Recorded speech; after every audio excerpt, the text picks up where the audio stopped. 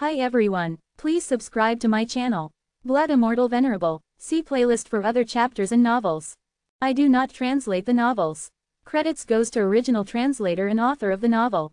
I only make it as an audiobook so it would be easier to just listen while doing other things. Credits goes to the author of the novel. I convert stories to audiobook for mental health, for multitasking purpose, for accessibility and time saving. Listening to audiobook is also beneficial for people who have disability. It improves our listening skills and improve our English comprehension, vocabulary and other things. So, thank you for listening. Thank you and thank you very much for your support. Chapter 3061, The Arc Light. The evil god narrowed his eyes a tad bit. He wanted to know what Zen was up to. To a certain extent, you or me, Zen continued.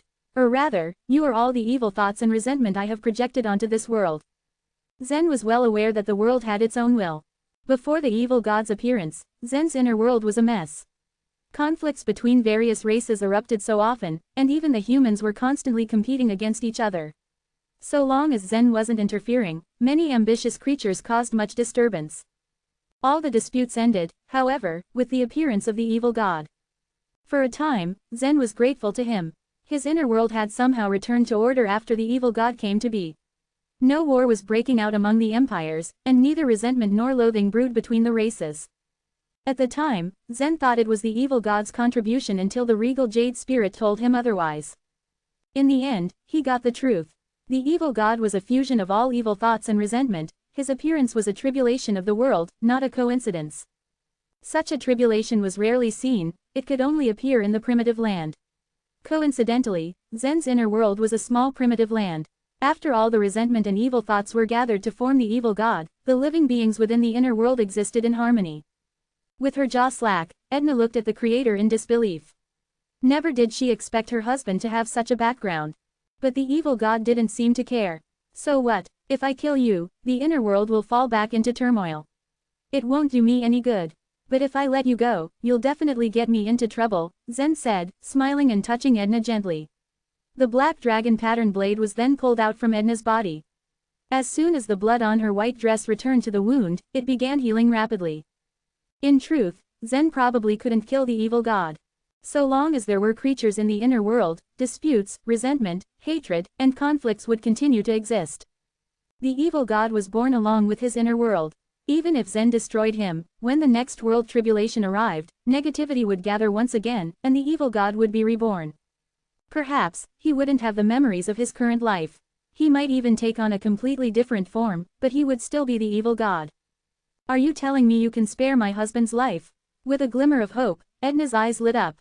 Zen nodded before he said, remove the barrier of your rebirth land and merge it into my world. I can let him off. The evil god threw Zen a silent glance before laughing. Even if I don't remove the barrier of rebirth land, you still have a way, don't you? It's not difficult to find a way from you, Zen replied. The evil god merely sighed. Let's go. The evil god's rebirth land had always existed within Zen's inner world, but Zen had never entered it. Later on, the people of the Black Ship had separated the rebirth land from Zen's inner world. Zen couldn't interfere even if he wanted to. As a sudden image flashed in Zen's mind, he, the regal jade spirit, number 9527, the evil god, and Edna had appeared in the sky. Nearby there was a space surrounded by cloud and mist, which was the evil god's rebirth land. When everyone came to the edge of the mist, the evil god gently flipped his space ring, pulling out a black token. Crack, stretching out his hand, he squeezed the token until it was crushed into pieces. After the token broke, the cloud and mist began to dissipate. Zen could feel something change, his inner world was once again connected to the rebirth land. Buzz. With a wave of his hand, Zen, the evil god, and the others disappeared with him once again before appearing in the rebirth land in the next moment. Over the past few years, the evil god had managed the rebirth land well in Zen's absence. While the space in the rebirth land was smaller than Zen's inner world, the evil god had made full use of it. The land was vast with nearly no sea at all. Many dark mountains were scattered everywhere and at the foot of each was a small country. When Zen looked down, a strange look came over his face. Many of the countries below were engaged in fierce wars, corpses decorated the ground. Even from 100,000 feet up in the air, one could smell the strong scent of blood. How can the creatures in your rebirth land kill so fiercely? Zen asked, frowning. The evil god merely snorted and said, "Only by constantly fighting can the strong be born." All Zen could do was to shake his head helplessly. After a while, his gaze then fell on a high mountain in the corner of the world. Rays of white arc light flashed constantly in the area. The white arc light was the internal momentum of the godly way previously used by the evil god. When the regal jade spirit noticed the arc light, his eyes flashed. Then, everyone flew toward the mountain. Crack! Atop the mountain stood a great tree that had been burnt black. A white gem was embedded on the ground at its foot, being the source of the rays of arc light. Zen, this is the second flaw. The regal jade spirit pointed out excitedly. Since Zen had merged with the blood essence godly way, there were only 2 flaws left in the way's blending energy. But the regal jade civilization had spent too much time finding the last 2 flaws to no avail. Fortunately, the regal jade spirit, at least, managed to find a clue about one of the flaws through the Sanskrit word of the blood essence godly way. He had always believed that Zen was destined to encounter the regal jade civilization, but even he was surprised to find out that the creature Zen released from his inner world had found the second flaw. Perhaps Zen truly was the one who could complete the way's blending energy. Even if he couldn't do it right away, he still had the greatest chance. "How did you even find this gem?" Zen asked curiously. After completely unlocking the rebirth land, Zen could spy on the evil god's memory, but he chose not to do that. "On stage 2 of the other shore," answered the latter. Stage 2, that was rather surprising. Generally, the members and disciples of the super forces didn't stay long on the first 3 stages. When Zen and Dorothy had just set foot on the other shore, Dorothy was willing to explore the sacred Mallow temple with Zen because he held the secret key. In fact, she had even intended to take him directly to stage 4 at the time. If they reached stage 4, they'd be able to gain the support of their own race, after all. It was much more rewarding than exploring the other shore on their own. Normally the first 3 stages were desolate. Only someone who didn't belong to any sect, like the evil god, ever wandered aimlessly in these parts. Chapter 3062, Heavenly Obsession Civilization. I found a buried temple at the edge of stage 2 of the other shore, the Heavenly Obsession Temple. Perhaps it was because it had been buried that nobody had found it. It was already broken, so people could enter and exit at will. This gem with internal momentum of godly way was right in the center of the temple, the evil god said honestly. Heavenly Obsession Temple. Zen paused for a thought.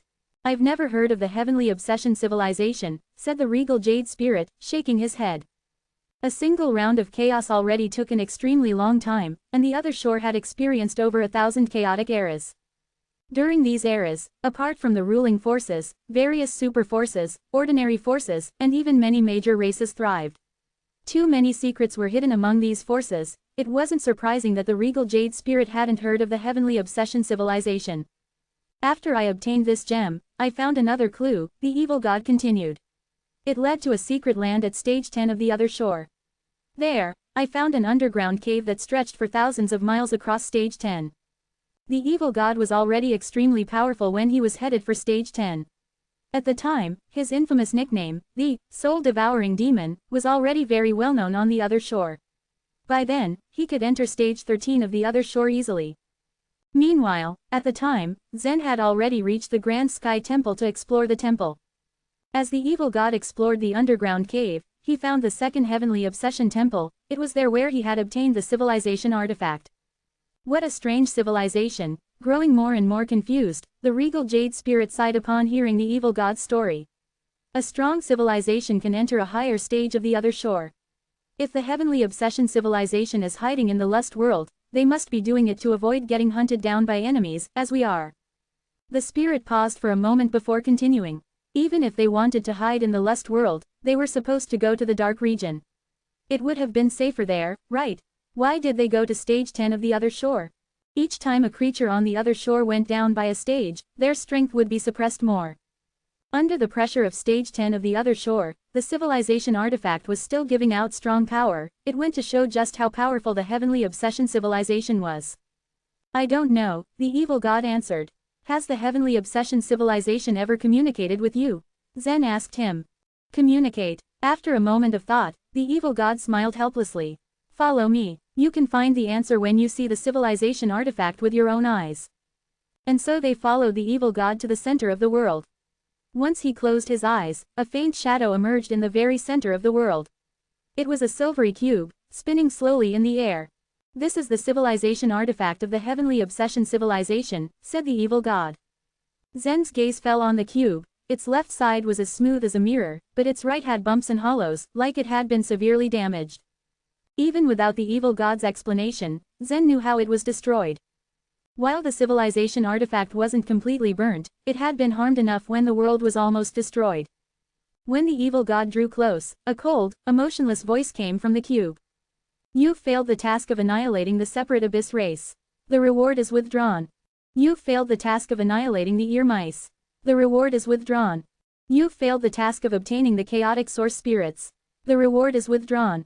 Ding, you killed 633 people in the chaotic source world, which reached a tenth of the total number. You will receive a third-class reward, a body-reinforcing source." Clearly, the voice was narrating the evil god's tasks. But it was a completely emotionless voice. Even when it laid out the evil god's failures, it didn't seem to be criticizing him at all, like it was merely a programmed voice.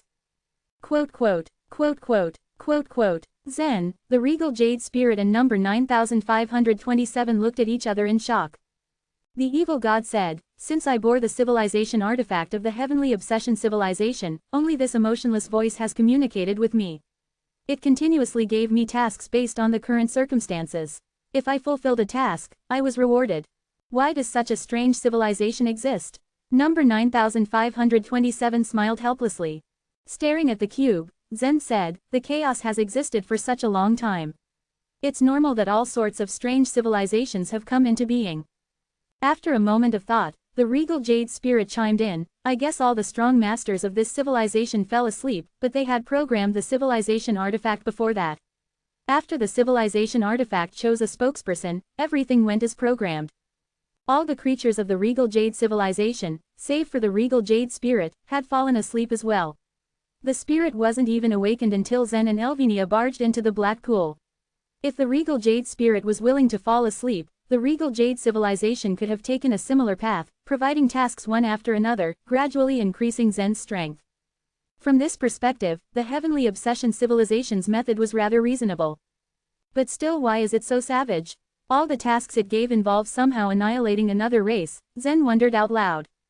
"I believe it arranges tasks according to the personality of the recipient," said the evil god. "It gave ordinary tasks in the beginning, but perhaps because it realized that I enjoy killing, it gave me tasks about killing." Such was the embodiment of the saying, "He that lies with the dogs must rise with the fleas." The civilization artifact carried its own logic so as to guide its spokesperson in the most suitable way. "What an interesting civilization," the regal jade spirit remarked with a smile. "Now that the rebirth land has been unblocked, Zen, you can guide it into your own inner world and bear it yourself. But I wonder what truth of godly way is to be used to bear this civilization artifact." Since the evil god had been retrieved, so had the rebirth land. Earlier, the evil god had begun burning the civilization artifact, but the civilization artifact simply stopped burning without punishing him. The regal jade spirit came to the conclusion that the civilization artifact wouldn't reject Zen. Zen turned to the evil god questioningly. "The truth of goodwill and malice," answered the latter. At that answer, number 9527, the regal jade spirit, and Zen showed a smile. Excluding the truth of godly way that was vague on Zen's physical body, Zen had already cultivated 4 truths of godly ways in total.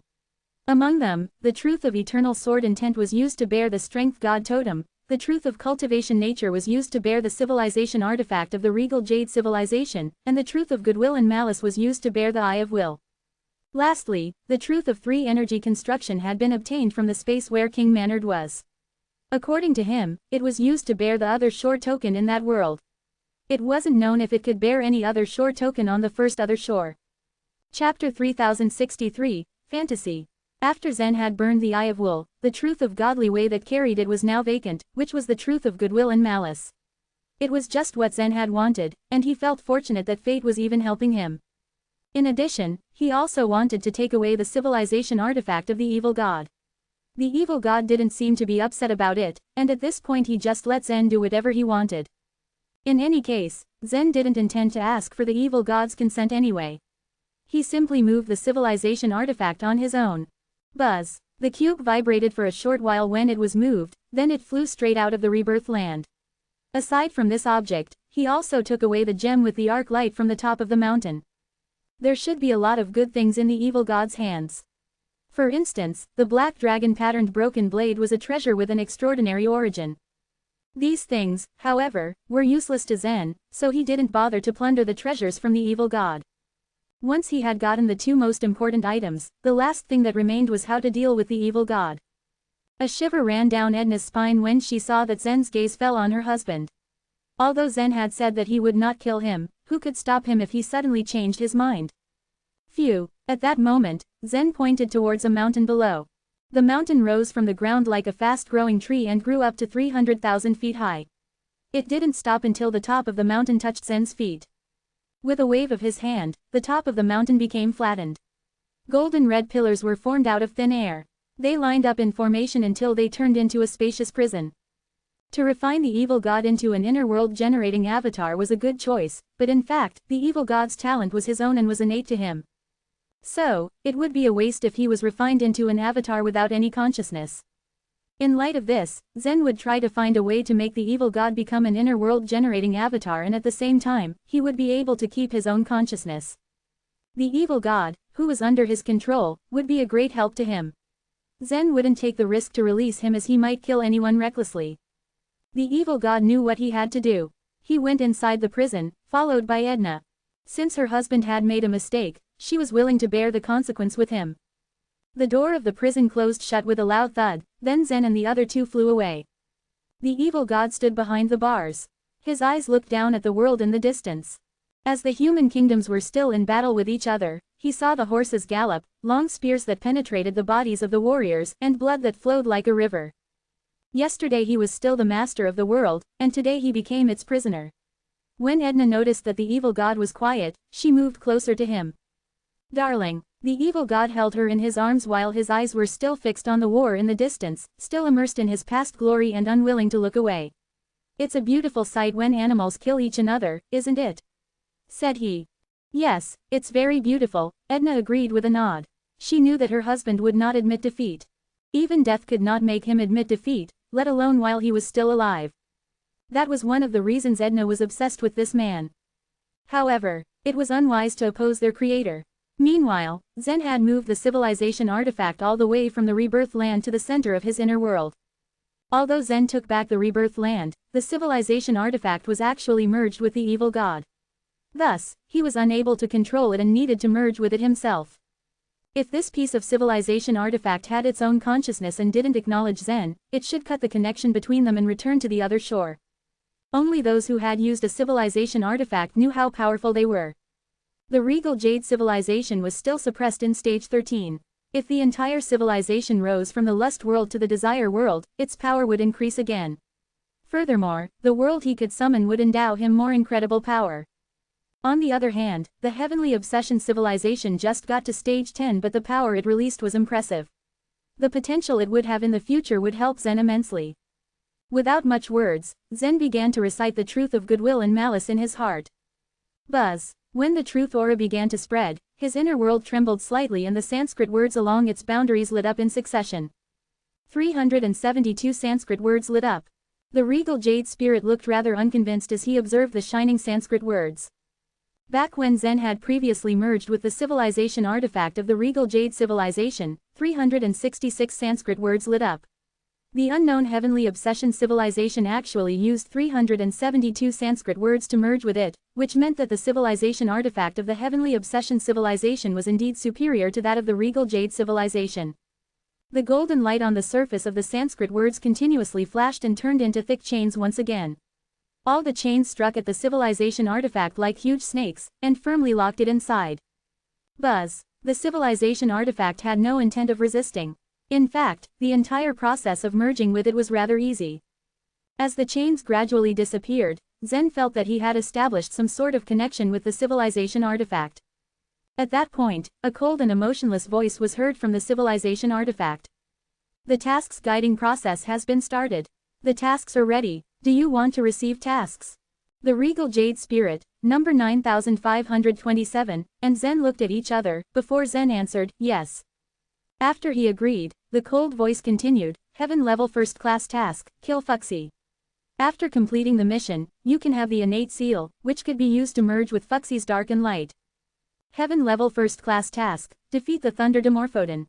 After you have completed it, you will have the Eternal Chain, which could help you completely subdue the Thunder Dimorphodon. Heaven level second class task, hijack the Black Ship. After you have completed the task, you will have Heaven level. The three of them were dumbfounded when they heard it announce a series of tasks. If Zen took these tasks, it would be exactly like courting death. Yet, after the tasks were issued, he could choose not to accept them. Therefore, he just listened quietly. From the way these tasks were issued, the civilization artifact should have been spying on the surrounding environment at all times. Then, it issued tasks according to the things that existed in the environment and offered the corresponding rewards. I can also issue these tasks, the regal jade spirit said in disbelief. But where did it get those rewards? Can this thing really give the rewards it has promised? Forget about whether Zen was able to kill Fuxi or not. It was absolutely impossible for him to defeat the Thunder Dimorphodon. Fuxi was the human sovereign. His control of the dark and light energies was far beyond an ordinary person's imagination. It could be said that even among the strongest warriors, Fuxi was the most powerful in terms of the cultivation on the dark and light energies. If Zen was able to defeat Fuxi, this civilization artifact would give him the so-called innate seal, which could be used to merge with Fuxi's dark and light energies. It sounded truly unbelievable, and it was the same with the Thunder Dimorphodon. Each of the top 10 beasts of the chaos had their own missions and abilities. These beasts were not as powerful as the chaos ancient gods, but they weren't weaker than the strongest warriors either. As it happened, they were even stronger than some of those strongest warriors. It was hard to imagine that after such a powerful being was defeated, one just had to rely on an eternal chain to subdue it. What a crazy fantasy. Chapter 3064, Refinement. Is it possible, number 9527 mused jokingly, that the civilization artifact starts talking nonsense after being burnt by the evil god? Just verify it, Zen responded bluntly. It can issue a lot of tasks in one go. The Heaven level 3rd class task. The Heaven level 4th class task. The Earth level 1st class task. The Earth level 2nd class task. Gradually, Zen began to understand the rules. Once the cube issued tasks, it would start from the Heaven level ones, which were categorized into 4 classes. Next came the Earth level ones, which were also categorized into 4 classes. Among all, the human level tasks were the simplest. Zen focused on the tasks being listed.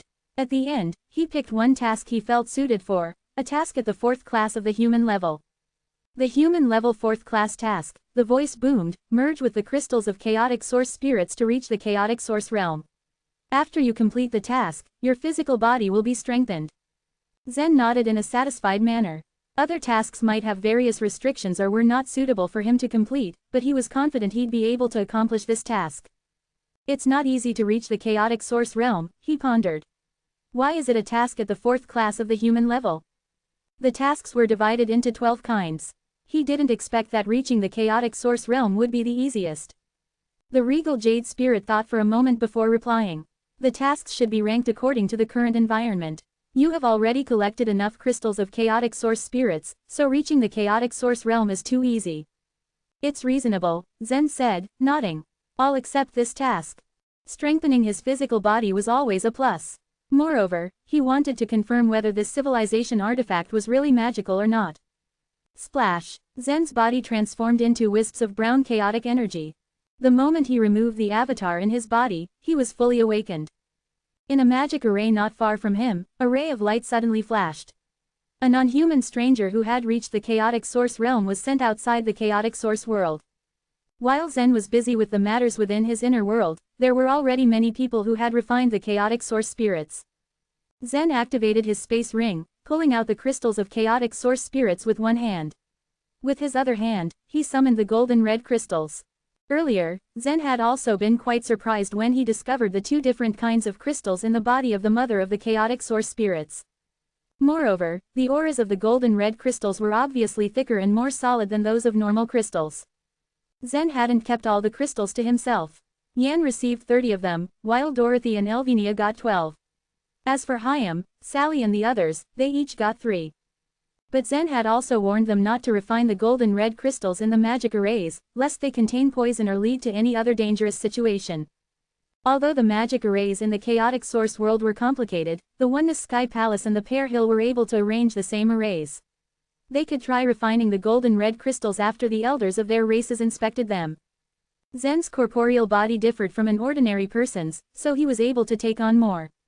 After hesitating for a bit, Zen finally decided to refine the ordinary crystals of chaotic source spirits first. Following in Sally's footsteps, he first put the crystals into his inner world, and then pushed them into his meridians.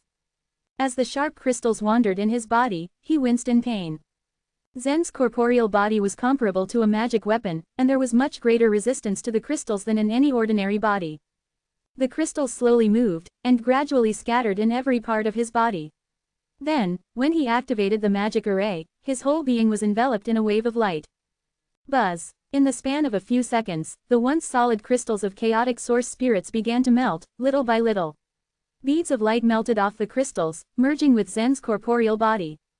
Zen closed his eyes. He could tangibly feel the dots of light being absorbed, completely under his control. After Zen had effortlessly refined the crystals of chaotic source spirits, the voice from before suddenly spoke up in his head once more. You have completed the task at the 4th class of the human level, the civilization artifact of heavenly obsession civilization said. You will be rewarded with a stronger body. Zen felt something stirring within him.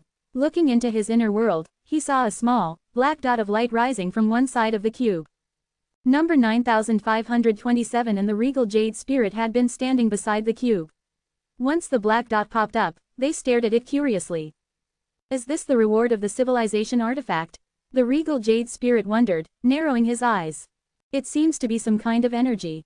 Can it strengthen the corporeal body? Number 9527 asked, puzzled as well. I will try it, Zen said.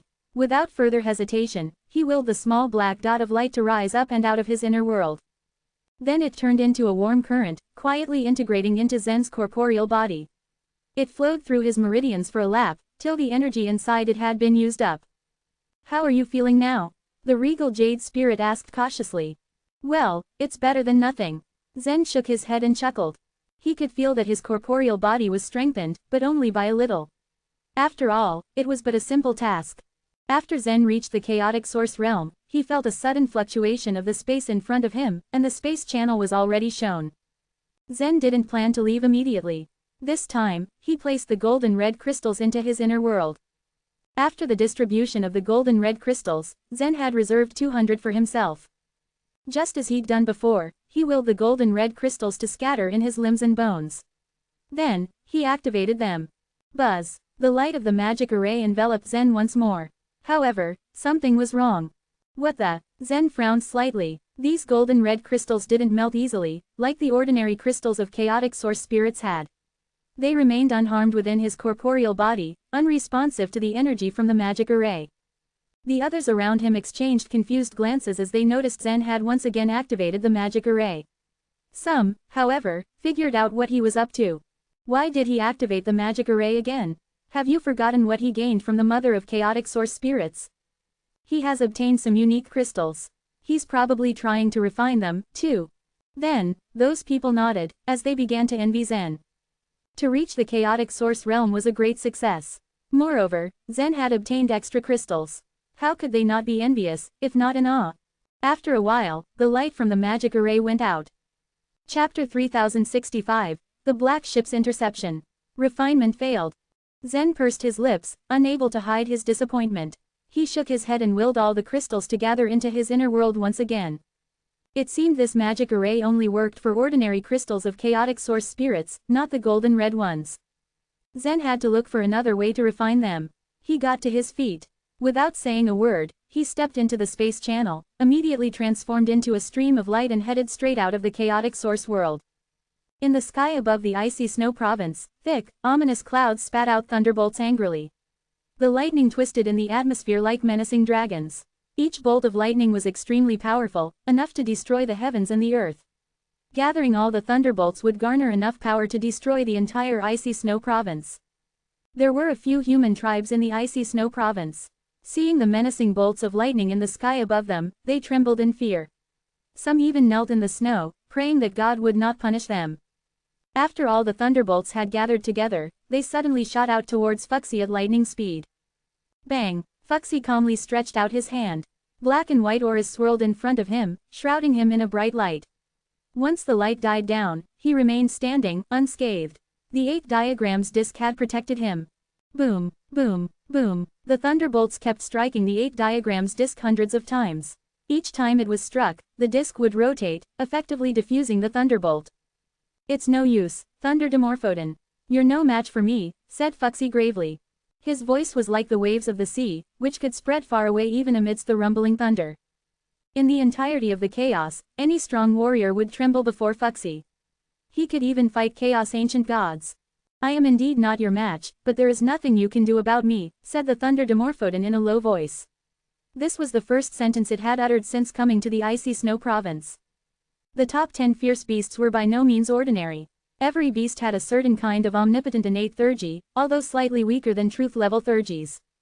If I ran away, you wouldn't be able to catch up with me, the Thunder Dimorphodon taunted.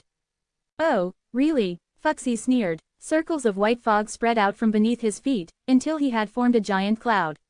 From Fuxi's cloud, the power of wind and thunder could faintly be felt. I wonder what makes you so confident. At the sight of the cloud beneath Fuxi's feet, the Thunder Dimorphodon's expression quickly changed. The heavenly auspicious cloud, how did you find this other shore token? The heavenly auspicious cloud was known to greatly increase the speed of its user.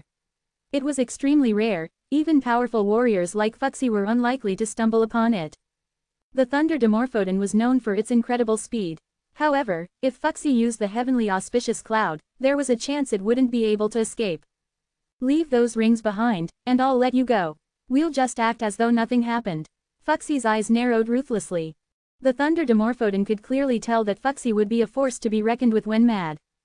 Fuxi, also known as the Human Sovereign, had been supporting the snake goddess race of the Pear Hill, but in the source world, there weren't any strong warriors that had the confidence to face him. I'm sorry. Someone asked me to do this. I can't promise you anything. Buzz. Suddenly, a small dragon made out of lightning appeared above the Thunder Dimorphodon's head. It was also another shore token. Crack, crack, crack. The moment the lightning dragon burst forth, the Thunder Dimorphodon's body began to vibrate violently. Splash! The tiny flashes of lightning vibrated with the Thunder Dimorphodon in the air. Soon an identical Thunder Dimorphodon materialized. It was the Thunder Dimorphodon's avatar, made of lightning. Splash! More and more avatars appeared, one after another. In no time, 6 avatars had been born. Fuxi looked coldly at the 7 figures before him. You chose to fight me face to face because of those idiots. You are more stupid than them. Go to perdition. The 7 identical Thunder Dimorphodons said at the same time, who said I was going to fight you? Ha ha. 7 huge space channels appeared beside the Thunder Dimorphodons. Each avatar headed for their designated space channel. You. Fuxi's expression darkened. Before the figures had entered their space channels, he punched at them. 2 marks of 8 diagrams appeared on the bodies of 2 Thunder Dimorphodons. Boom, boom. As the 2 marks of 8 diagrams exploded, the 2 Thunder Dimorphodons exploded in a blast of light and then disappeared. The other 5, on the other hand, managed to make it to their space channels. Fuxi took a step forward, the heavenly auspicious cloud fluttering beneath his feet. He rushed into a space channel, his eyes fixed on the true Thunder Dimorphodon all the time. The moment he entered the space channel, his body transformed into a beam of light that sprinted towards the Thunder Dimorphodon. Crack! The true Thunder Dimorphodon flew rapidly along the space channel. Seeing Fuxi on its tail, it flapped its wings. Huge thunderbolts filled the entire space channel, heading straight for Fuxi. Instead of dodging, Fuxi flew forward, undaunted. Activating the heavenly auspicious cloud to its highest speed, he steadily closed the distance between him and the beast. When the Thunder Dimorphodon was only about 1,000 feet away from Fuxi, he planted a mark of the 8 diagrams on its body. Then, he threw a fist to it. Boom! The mark of 8 diagrams suddenly exploded. The huge Thunder Dimorphodon was blasted into an electric light, disappearing into the space channel. Is this also an avatar? Fuxi's eyebrows twitched in annoyance. The avatars of the Thunder Dimorphodon were very unique. When the avatars appeared, each of them could be the true Thunder Dimorphodon. The Thunder Dimorphodon could choose any avatar to be its true body at any given time. Even though Fuxi had fixed his spiritual sense on the first Thunder Dimorphodon, the latter could have easily shifted to one of its avatars. Seeing that the Thunder Dimorphodon had gotten away, Fuxi became more sullen. Reaching out his hand, he tore the void. After ripping a hole in the space channel, he flew out. Phew! In another long space channel, the Thunder Dimorphodon flapped its wings agitatedly. Most of the time, the Thunder Dimorphodon looked like an annoying bat. But when lightning danced all over its body, it looked strangely beautiful. It wasn't interested in the rings that were snatched from Zen. Someone had offered an irresistible price, so it decided to take a risk and went to the icy snow province to give it a try. Fortunately, Fuxi had underestimated it. If it was trapped by Fuxi, it might have died in the icy snow province. Phew, phew, with its wings flapping in the air, it quickly advanced forward in the space channel, leaving the icy snow province. As the Thunder Dimorphodon flew at high speed, it suddenly sensed something behind it. Turning its head to look, it was shocked to find a huge black ship ripping open the space channel, floating towards it like a ghost. Chapter 3066, A Deep Sense of Crisis. The Black Ship. The Thunder Dimorphodon was dumbfounded. Back when it was lurking in the icy snow province, it had spotted the ship. However, before the chaotic source world opened, Fuxi had driven the ship out of the icy snow province. While the Thunder Dimorphodon had nothing to do with anyone from the black ship, it didn't expect the ship would come after it as soon as it lost Fuxi. Crack! It flapped its huge wings and sped up. Before long, however, it suddenly slowed down once more. To its surprise, another ship appeared from the other end of the space channel. The two ghost-like ships floated over quietly, blocking the Thunder Dimorphodon's way from both sides. Whoosh, whoosh. On the ship behind the Thunder Dimorphodon, Shira gathered her dress and jumped off the rail of the ship, quickly flying towards the Thunder Dimorphodon. The brass man followed closely behind her. On the ship ahead, a person covered in bandages, resembling a bamboo pole, also flew towards the Thunder Dimorphodon. Next to the bamboo pole was a large ear mouse. A deep, red scar covered its right eye, which gleamed with a sharp light. It was as though it had been slashed at with a blade in its past. This ear mouse was called Tomos. It used to be a capable assistant of Yayan, the king of ear mice. Later, it rebelled against the ear mice and joined the black ship. To this day, the ear mice were still chasing it. Crack! A flash of lightning circled the Thunder Dimorphodon. Angrily, the Thunder Dimorphodon roared, "Members of the black ship, what do you want from me?" Shira floated quietly in the air. Holding up a small, bony finger, she smiled charmingly. "Give us half of what you've got." Squeak! "Only half. We are not greedy," echoed Tomos. Of course, the Thunder Dimorphodon was keenly aware of how important the rings were. In order for the creatures on the other shore to return to the chaos, the rings were integral. It was said that they might affect the entire situation of the chaos. "Half. Truly, you are greedy," said the Thunder Dimorphodon coldly, narrowing its eyes. "You don't have to hand them in," the brass man said with a shrug. "We will take everything anyway. And the rankings of the so-called top 10 fierce beasts may change." The top 10 fierce beasts were universally acknowledged. However, if one of them died, another would take its place. Obviously, the brass man was threatening the Thunder Dimorphodon. What makes you think you're strong enough to defeat me?" said the Thunder Dimorphodon in a low voice. Shira still wore a sweet smile. "The human sovereign took you lightly and you managed to escape, but we won't repeat the same mistake. We're well prepared to block you here. You don't have any chance to run away." As soon as she finished speaking, Tomos had pulled out its other shore token. It was a pipe. Thin wisps of white smoke rose from the pipe, which suddenly solidified to form a strong net that prevented the Thunder Dimorphodon from tearing open the space channel to escape. The bandages on the body of the bamboo pole began to unravel, layer by layer. Without the bandages, his skin was bright and colorful. At a glance, anyone could tell it was poisonous.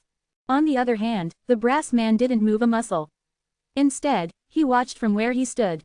If in a fight of pure strength, he wouldn't fear even Fuxi. "You have 5 minutes to consider it. We are very generous," Shira said with hands clasped behind her back. The lightning on the body of the Thunder Dimorphodon was cracking gently, and the trace of hesitation flashed through its only eye. The members of the black ship were definitely not weak.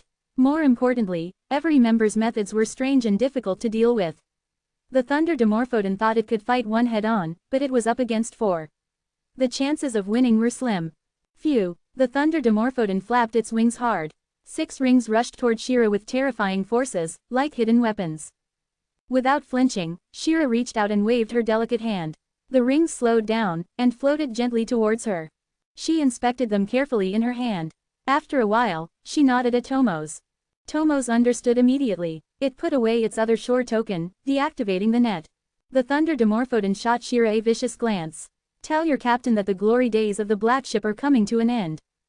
Then, without waiting for a response, it flapped its wings and flew away.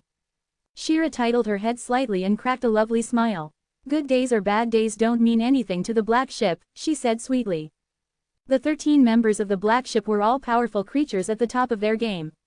No matter where they were in the source world, they were able to live luxuriously.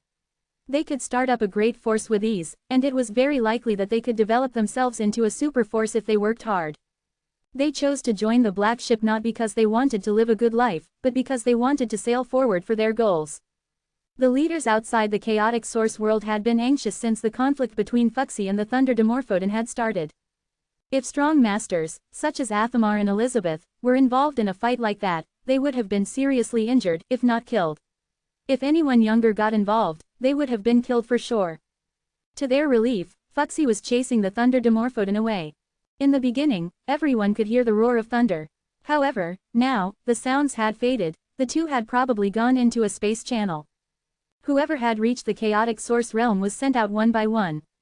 After the members of the smaller races came out, they quickly located their leaders and headed out in their flying ships. On the other hand, the super forces had sent many members to the chaotic source world, so they were still waiting for their members to return. The leaders of the separate abyss race looked sullen. This time, they had been really unlucky. They had been attacked by the evil god at the very beginning. And, at last, even Hamza was killed in the world created by the evil god. How could the leaders explain what had happened to their clansmen after they went back? Buzz. There was a fluctuation of space in the magic array at the door. Then, Zen emerged. His appearance immediately attracted everyone's attention.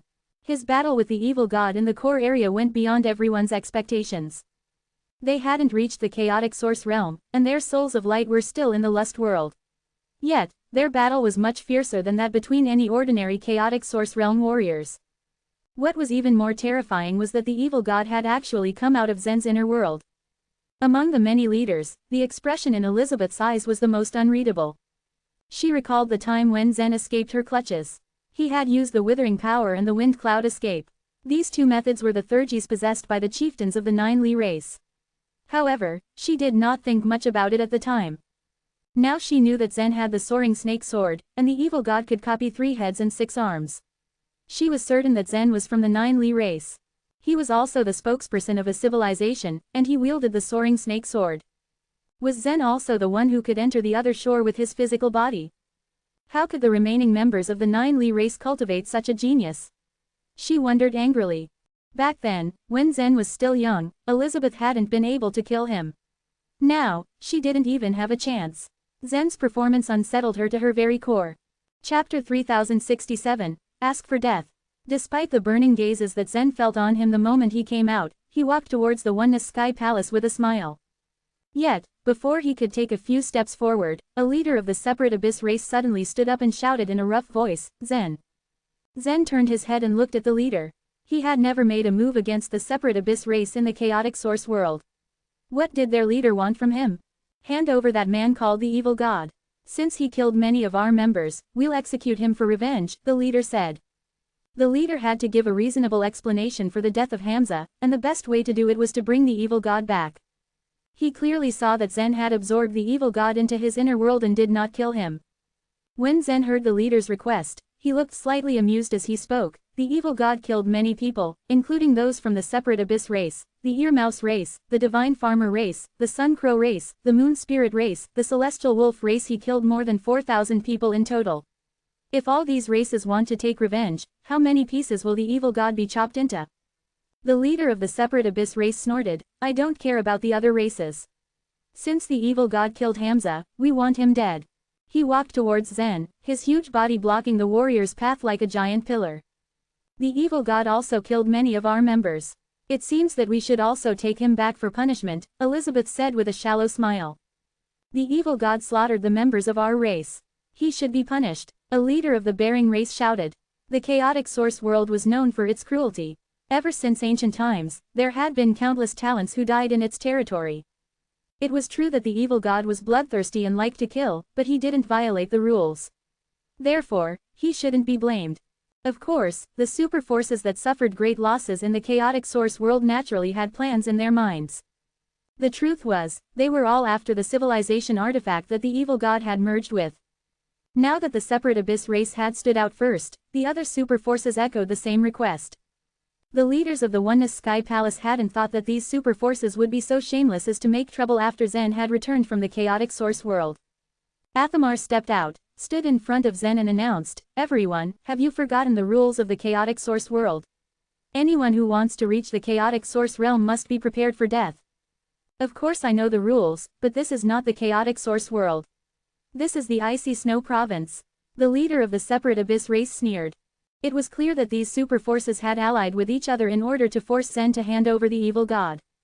"Do you mean to say that you are the big boss of the icy snow province?" Yan asked coldly. It was known that the Pear Hill had unwillingly made the icy snow province a public place. Still, it wasn't far away from the Pear Hill, so it was still under the Pear Hill's domain. These races would have to think twice if they really wanted to fight within their grounds. Since the leaders noticed that Fuxi had been away to chase after the Thunder Dimorphodon, they took the opportunity to make the request. The separate abyss race started first, and then the Bearing race, the Sun Crow race, the Divine Farmer race, and the other races followed suit.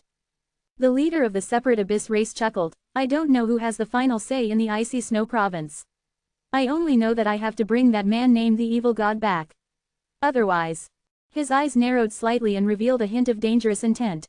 Then, the auras in the bodies of the other leaders of the separate abyss race began to intensify, and the mountain-like pressure directly rushed towards Zen and Athamar. The color of Athamar's face was drained.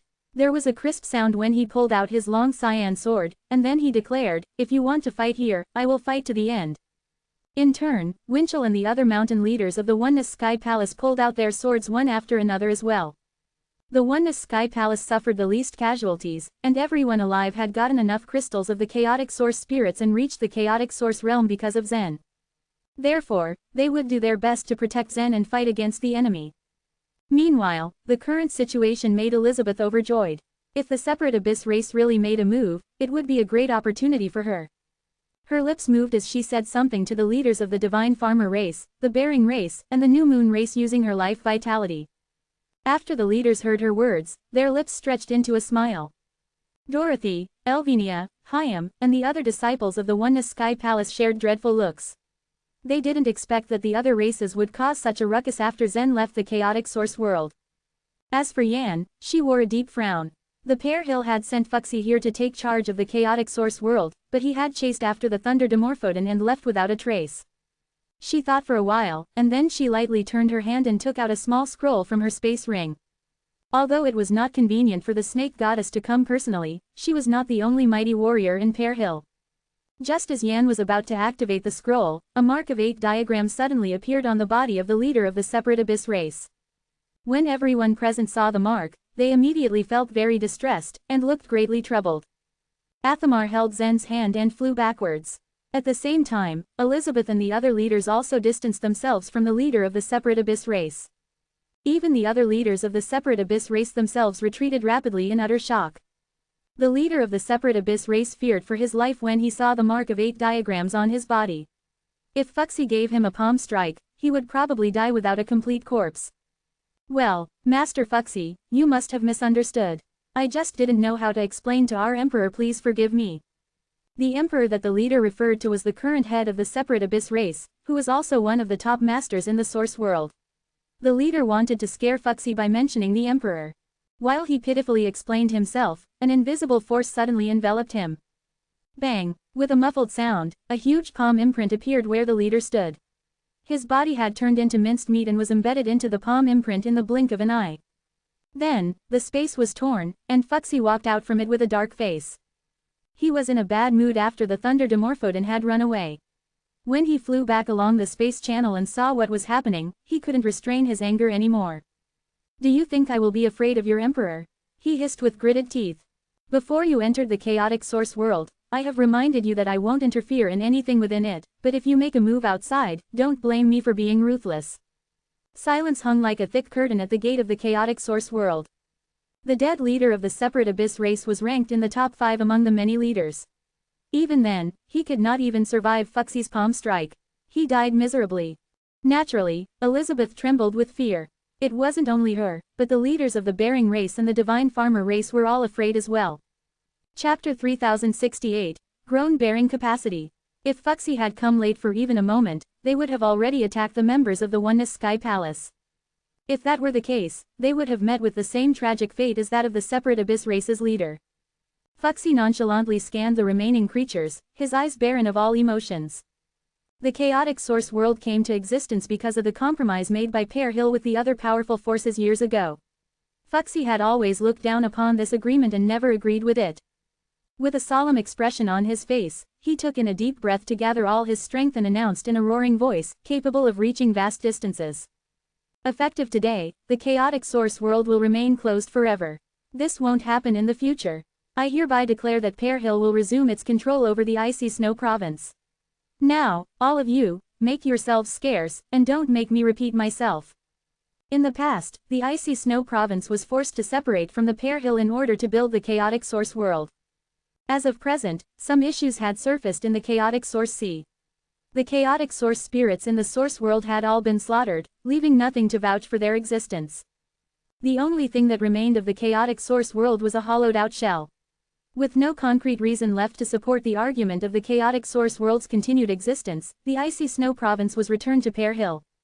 Sensing the growing irritation in Fuxi's voice, the leaders of the powerful forces didn't waste their breaths to protest against it.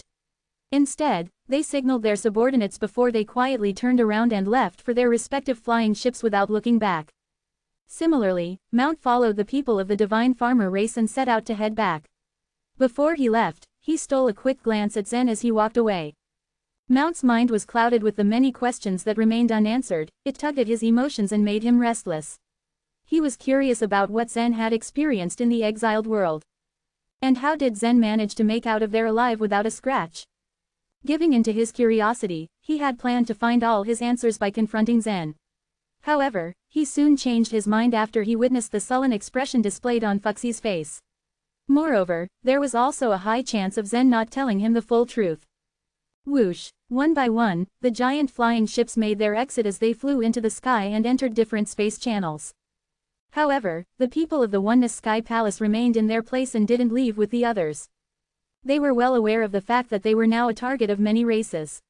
And now, after Zen had displayed the soaring snake sword, their hostility would elevate till it knew no bounds. The sword alone was enough to lure the greedy gazes of many people aspiring to possess it as their own. If they had left with the rest of the ships, they would most likely walk right into an ambush. Even if Winchell and Athamar boasted immense power, they would still fall short of protecting Zen under the joint siege of many powerful warriors altogether. In less than an hour, the once bustling scene of countless flying ships docked at a distance faltered as they all left one after the other. The only ones that remained at the gate of the chaotic source world were the people of the Oneness Sky Palace and Pear Hill. Taking advantage of the situation, Athamar turned to Fuxi and bowed with the utmost respect. "Human Sovereign, would you be kind enough to allow us to stay in the icy snow province for several more days?" Fuxi was aware of their ordeal. He understood the concerns expressed by Athamar. He waved his hands as if to brush off all his worries and said, "That won't be necessary. You do not have to suffer the harsh cold weather of the icy snow province. Instead, why don't you stay at Pear Hill for a few days before you leave? Besides, Yan has been missing her brother for a long time." After hearing Fuxi's generous offer, the faces of Athamar, Winchell, and the others lit up with joy. They cupped their hands to him to express their overflowing gratitude. Feeling satisfied after their successful exchange, the leaders from each mountain gathered their disciples and made their way back to their flying ships. Soon, they all set sail in the southwest direction as a group. The Pear Hill lay in the Pear Province, which was nearly as large as the icy snow province. The vast Pear Hill started from the edge of the Pear Province and stretched all the way to the center of the province. Its height was so high that its peak was shrouded with clouds and mist. Once they entered the vicinity of the Pear Province, they were already climbing up the Pear Hill. As soon as they crossed the border of the Pear Province, the disciples of the Oneness Sky Palace lifted their gazes and looked ahead. The sight in front of them made their mouth gape open subconsciously. They stared in the distance, with their faces revealing conflicting expressions of both shock and awe. Each of the mountains that stood dominantly in the Bloom Divine Province was frighteningly high. Their overwhelming size was the source of pride of the members of the Oneness Sky Palace. However, the scenery before their eyes made the ones from the Oneness Sky Palace pale in comparison. After all, Pear Hill was almost the same size as the province itself. Though it claimed itself a hill only, it actually had the largest mountain found in the source world within its boundaries. Slowly yet gradually, 7 flying ships of the Oneness Sky Palace dominated the skies as they entered the perimeters of the province. Following the arrangement of the Pear Hill, they berthed near the Sunset Ravine. The Sunset Ravine was decorated with various flower-strewn meadows and verdant trees, whose existence complemented the ravine's beauty and made it appear like a fairyland. Beautiful palaces carved with intricate designs and careful crafting were placed in organized rows. Pear Hill had designed a place exquisitely to entertain the guests. And now, this was handed over to the people of the Oneness Sky Palace, to provide them with accommodations for a few days. Many disciples of the Oneness Sky Palace had experienced fearsome battles of their own in the chaotic source world. Each of these fights came at a cost of their other shore power being drained out. After they gained a moment of rest from all that turmoil, they settled down, and each chose an exclusive spot for them to cultivate in seclusion. After obtaining the chaotic source spirits, they had to get accustomed to their newly acquired power of the chaotic source realm. On the other hand, they also had to replenish their exhausted other shore power to stabilize themselves. Compared to all the disciples, Zen had used up the largest amount of other shore power. It cost him a great deal of other shore power to summon the regal jade statues through the regal jade chessboard. Moreover, Zen had summoned the entire regal jade world shortly after, employing the inheritance of world. Although the storage volume of the civilization artifact was by no means small, the other shore power in it still wouldn't be enough to support too many powerful skills. According to the regal jade spirit, even if there were sufficient amounts of other shore power, Zen could perform the regal jade world 2 times in one go without a hitch. After that, the entire other shore power stored in the civilization artifact would be emptied completely. With a series of light thuds on the ground, one after the other, the divine crystals fell from Zen's space ring and gathered in a pile. The number of crystals was so vast that they formed a small mountain of their own and occupied the entire room. With a flick of his fingers, streaks of invisible light as sharp as a sword slashed at the divine crystals swiftly. Like cracked open walnuts, the divine crystals split in half effortlessly and unleashed the energy hidden within them relentlessly. As if preparing himself, Zen closed his eyes shut and took in a deep breath to draw his focus in one place. As a result, the raging flow of energy running wild around him reacted to his guide and began to converge above him. As if taking the shape of a river, it poured itself wholly into the civilization artifact of the regal jade civilization. The large pile consisted of 3 million divine crystals. Zen had to absorb 7 such piles of divine crystals to replenish the whole other shore power in the civilization artifact. It seems it would cost me 20 million divine crystals to use the civilization artifact only once, Zen muttered under his breath as he estimated the amount in his head and shook his head. A wry smile took shape on his face. Fortunately, Chiyu had bestowed upon him a great legacy of divine crystals. Originally, he had planned to revive the 9 Li race with them, but soon his self-made bubble of that dream popped right in front of him when he had to face the harsh reality. He soon realized his plans were nothing short of wishful thinking if he relied only on the legacy left behind by Chiyu. As the amount of other shore power he could bear continued to grow, replenishing it would require a larger amount of divine crystals. Eventually, the ones he now possessed would be insufficient for his use in the future.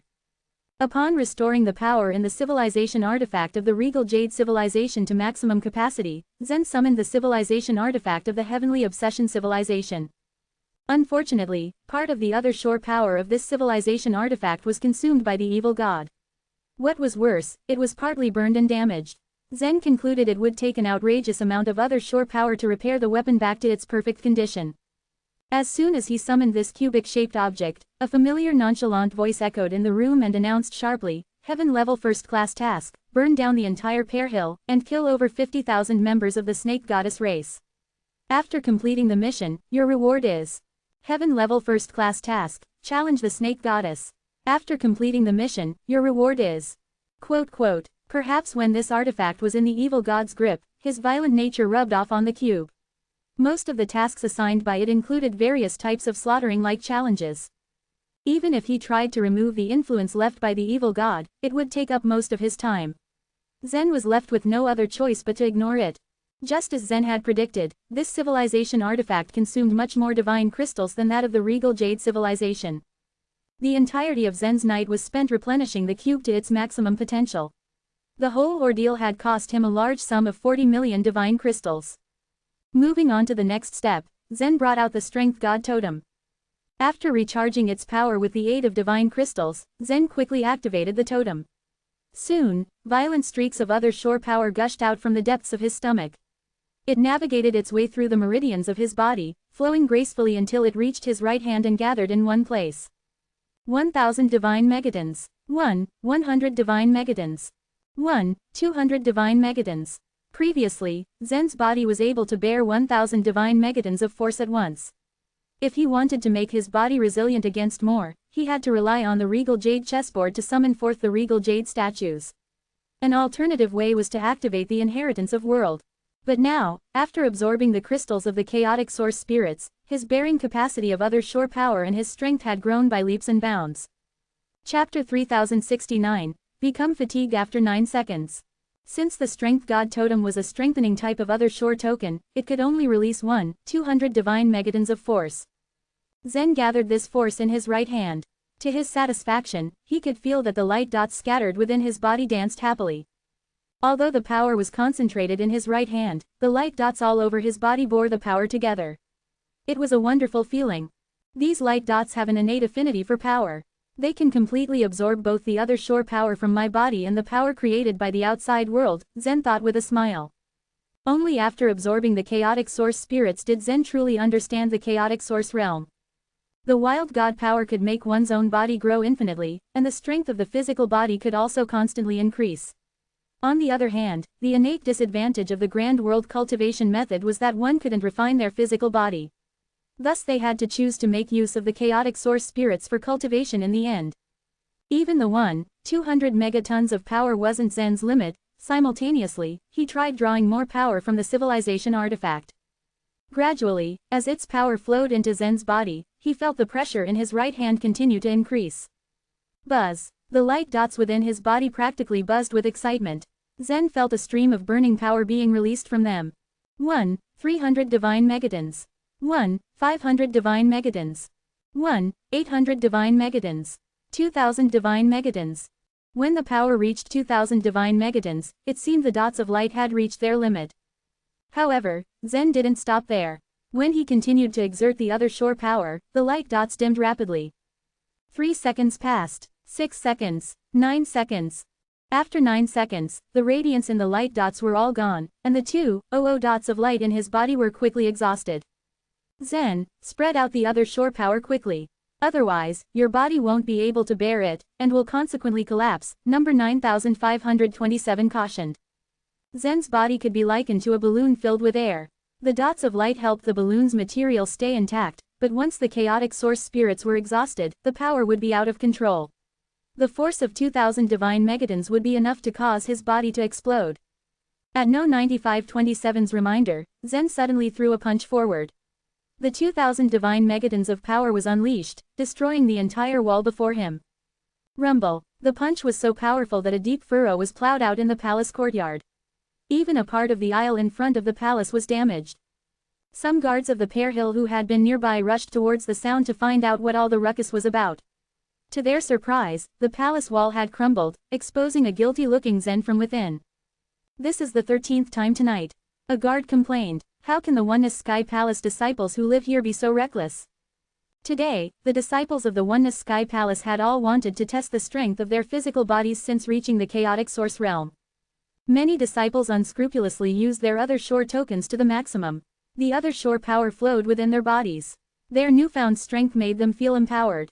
However, the chaotic source spirits only bore the power for roughly a day, and their dots of light were rather weak. Fusing with the other shore power quickly exhausted the chaotic source spirits. To prevent their physical bodies from collapsing, they had no choice but to release all the energy. In this particular row of palaces, havoc was wreaked.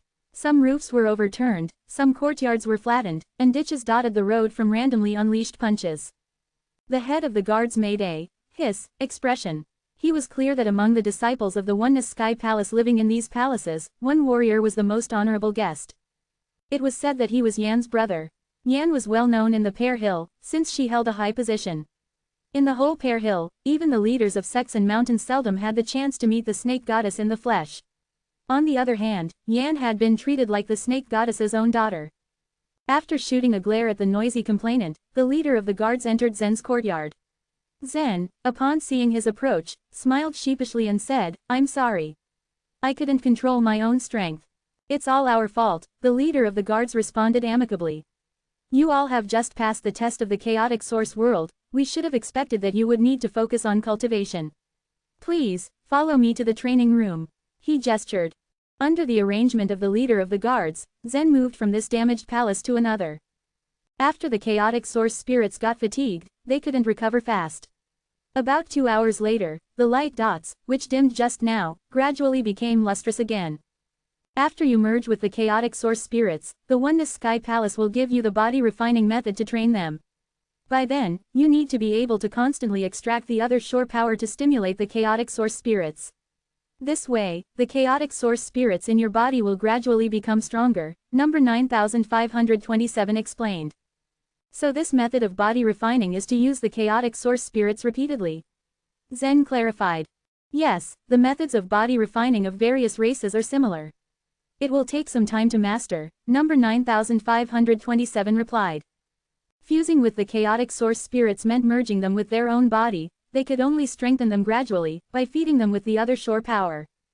The Oneness Sky Palace disciples from the land of Sword Grief had reached the chaotic source realm many years ago. It was no wonder the chaotic source spirits in their bodies were much stronger than those of Zen. Zen could only imagine how strong the chaotic source spirits of people like Athamar were. It seems that such growth speed is too low. Zen frowned slightly. Having reached the chaotic source realm meant that everyone was starting from the same level. However, many powerful warriors in the source world had reached the chaotic source realm thousands, or even millions, of years earlier than Zen. These thoughts raced through Zen's mind as he attempted to extract the other shore power again. This time, Zen had only infused the other shore power of about 800 divine megatons. Most of the power was born directly by his own physical body. When Zen's physical body endured excessive other shore power, it would glow a faint golden light. The aura that emanated from him was very similar to the truth of godly way. Number 9527 and Regal Jade Spirit had not been able to figure out what kind of truth of godly way it was. At the very least, they knew it was completely different from the real truth of powerful holy body. 800 divine megatons, 900 divine megatons, 1000 divine megatons. Zen came to a halt upon reaching 1000 divine megatons of power. When Zen's physical body was being refined, he could exert only a small amount of power. At the very beginning, when Zen's physical body was refined, there would be warm currents appearing in his body. These warm currents could have effect on his body in the beginning, but now they were almost ineffective. However, the more Zen fought in battle, the stronger the aura of the truth of godly way became. Although the aura was special, Zen still couldn't figure out a way to make use of it. Chapter 3070, The Master of Rose Sect. When he was in the divine land, the golden light Zen radiated was strong enough to hurt his opponents. However, that kind of power was no longer enough when he reached the source world. Zen was far more powerful than before. A casual blow from him now was 1,000 times as powerful as what he used to be capable of when he fought with all his might. Just as Zen stopped, he let out a sharp curse under his breath. The aura of truth of godly way was still as strong as it ever was, rather than disappeared. It was actually flowing along his meridians and converging into the spots of light all over his body. Buzz! The spots of light within Zen's body glowed even more fiercely after absorbing the aura of truth of godly way. What's wrong? Number 9527 asked. The chaotic source spirits are absorbing my truth aura. Zen replied in astonishment. How could that happen? Number 9527 replied doubtfully. The chaotic source spirit was not like any other shore token.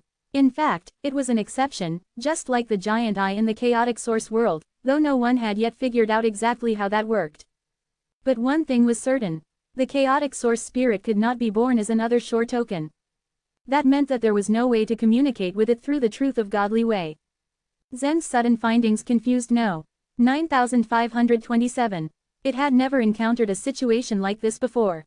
It had just said that the power of the chaotic source spirits couldn't grow rapidly. This frustrated Zen. How long would it take to reach the level of Athamar, or even Fuxi? He just didn't know. But after the spots of light absorbed the truth aura, the chaotic source spirits seemed to become somehow stronger. Zen felt like he had seen a shortcut appear out of nowhere. He was so excited that he activated the regal jade chessboard. Using the other shore power to summon the truth aura from the corporeal body was quite inefficient. But using some object to do that was another matter entirely. As Zen's fingers gently stroked the chessboard, regal jade sculptures appeared around him one by one. 10 should be enough. As Zen gently moved the chess pieces along the chessboard with a single finger, the sculptures sprang into action. The largest one held him aloft, while the other 9 sculptures began to hammer on him with their fists.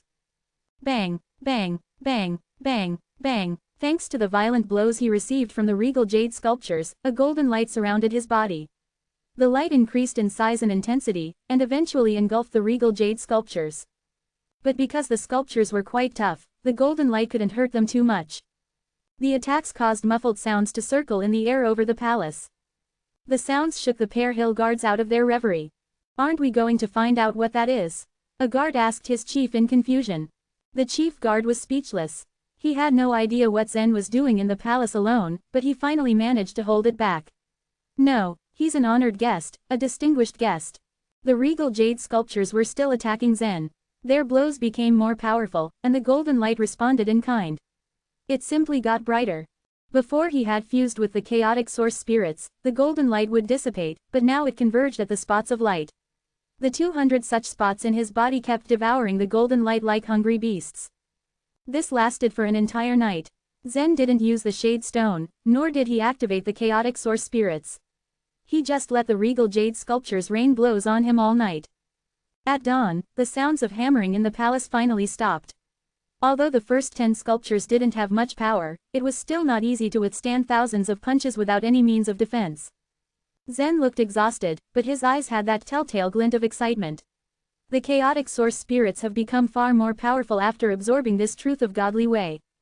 It's so incredible. Number 9527 was confused too. Since it couldn't figure it out, it even stole into Zen's inner world to ask the regal jade spirit for guidance. The regal jade spirit understood the other shore better than number 9527, but he didn't know any more about the 13 truths of godly ways than the one who asked him. So when the regal jade spirit saw the 14th truth of godly way, the truth of 3 energy construction for the first time, he was as astonished as no. 9527. He could not understand what had happened to Zen's corporeal body and how the truth aura had been siphoned from his body. But right now, the reasons were immaterial. They had to deal with things as they were now. The answers could wait. The truth aura that was drawn by the hammering could not only nourish the chaotic source spirits and make them stronger, but also could quickly dispel their fatigue. It meant that Zen's chaotic source spirits could last longer than anyone else's. It would take much more time to exhaust them. Zen could even use his opponent's power in a battle to create the truth aura, in order to make his chaotic source spirits even stronger. Just as Zen was taking it all in, a guard suddenly called from the palace door. "The Master of Rose Sect wants to see you." The Master of Rose Sect? Zen was a little confused to hear the title, not realizing who that was. "It's Emily. You know, from the bottom of the chaos," number 9527 reminded him. Emily. It was not until then that Zen remembered who the Master of Rose Sect was. Emily had guided him and his sister on their journey to the Source World. He hadn't seen her since they last parted. Zen pushed the door open and walked out. His gaze fell upon Emily, all in green, standing at the door with a smile on her face. Because of Yan's bloodline, Yan could only be brought back to the Pear Hill by her. But Emily had always believed that Zen could become more powerful than his sister. To Emily's surprise, however, Yan had been treated like a VIP after she entered the Pear Hill. Yan didn't have to be rigorously tested before she was promoted, unlike every other talent. The snake goddess even agreed to see her right away. She had a meteoric rise to stardom. Emily had known that Yan might be very important to the Pear Hill because of her bloodline, but she had never expected Yan to be that influential. Emily was given an unexpected reward only because she had escorted Yan there. Moreover, she was allowed to return to Rose Sect. What was more, she was given the soul crystal, so that her soul of light cultivation improved rapidly. In just a few years, she reached the 12th stage of the Other Shore realm. Unfortunately, however, the chaotic source world had opened before she could reach the 13th stage. So she had to give up on the opportunity. She had thought that Zen, who had entered the Oneness Sky Palace, would make slower progress. After all, he came from the 9 Li race. If someone from any other race joined the Oneness Sky Palace, it would be hard for him to achieve something unless he trained for 1,000 years. That was why Emily was gobsmacked when Leopold told her Zen was going to enter the chaotic source world. After all, Emily had reached the Other Shore realm many years ago, and Zen was still wandering the Sea of Truth when he entered the Source World. However, before Emily could reach the 13th stage of the other shore realm, Zen was already qualified to enter the chaotic source world. Chapter 3071, Gift. It had only been a few years, but Zen had become one of the top disciples in the Oneness Sky Palace. He wasn't on Yan's level, but he was still pretty amazing. However, after the chaotic source world was closed, the stories that had happened inside this world spread like wildfire in the source world, and the Pear Hill was the first to know. After Emily learned what Zen did in the chaotic source world, she was also flabbergasted. She could not completely understand what Zen had gone through to reach this level in a handful of years. Today, when Emily saw Zen again, he was already a chaotic source realm warrior. However, she knew that Zen was more powerful than anybody that had returned from the chaotic source world claimed. He was far stronger than those chaotic source realm warriors. You have greatly improved your cultivation. Truly impressive. You can probably cow Sanjay of the Sky Guard Pavilion now. He surely wouldn't dare to fight you, Emily said, hands behind her back. Sanjay of the Sky Guard Pavilion had once chased them at the gate of the source world, forcing Zen and Yan to split up to avoid him. Although Sanjay was a chaotic source realm warrior in the Sky Guard Pavilion of the Bering race, he wasn't even among the top 3,000. Zen could make the regal Jade world descend, and Sanjay was indeed no match for him at the moment. If I meet him one day, I guess I'll have to thank him personally, Zen said with a smile.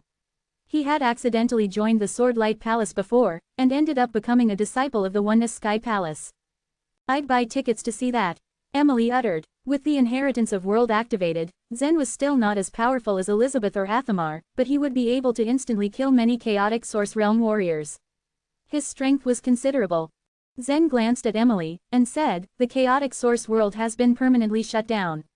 There's no way to reach the chaotic source realm now. What are you going to do? This was a very serious problem, not only for Emily, but also for many warriors of the other shore realm all across the source world. The chaotic source world would never be opened again. They would never have a chance to reach the chaotic source realm.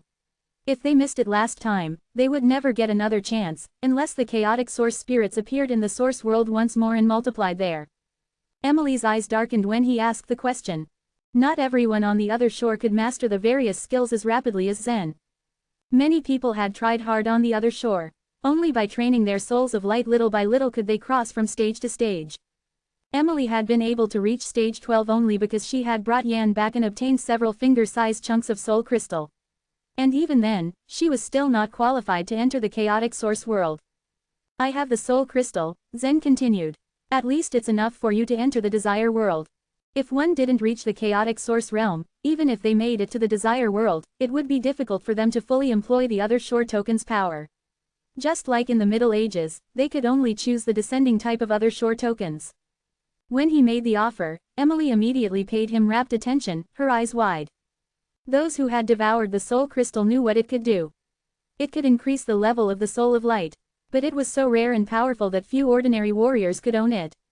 I also have chaotic source spirits, Zen said as he gently turned his hand. A handful of amber-colored crystals were revealed to Emily, flickering slightly. There were 200 crystals in total. When Emily saw the crystals, her eyes were as big as saucers. A lot of talents had sacrificed their lives in the fight for the chaotic source spirits. No one is allowed to bring the chaotic source spirits out. How could you? Emily whispered. She had a vague feeling that Zen would give these things to her, but she knew the soul crystal and the chaotic source spirits were very precious. It was too much to comfortably accept. But the temptation was too strong. She had to have them. Anyway, no one will care. I brought some with me, Zen said with a shrug. There were tens of thousands of crystals in the body of the mother of the chaotic source spirits. After Zen passed them out to the Oneness Sky Palace disciples and the members of the Pear Hill, he kept 2,000 crystals for himself. These crystals were enough for 10 people to reach the chaotic source realm. Emily had proven herself a loyal companion when they traveled through the chaos. She deserved such a reward, and Zen thought this fitting. Are you really going to give these to me? Emily's eyes shone with hope.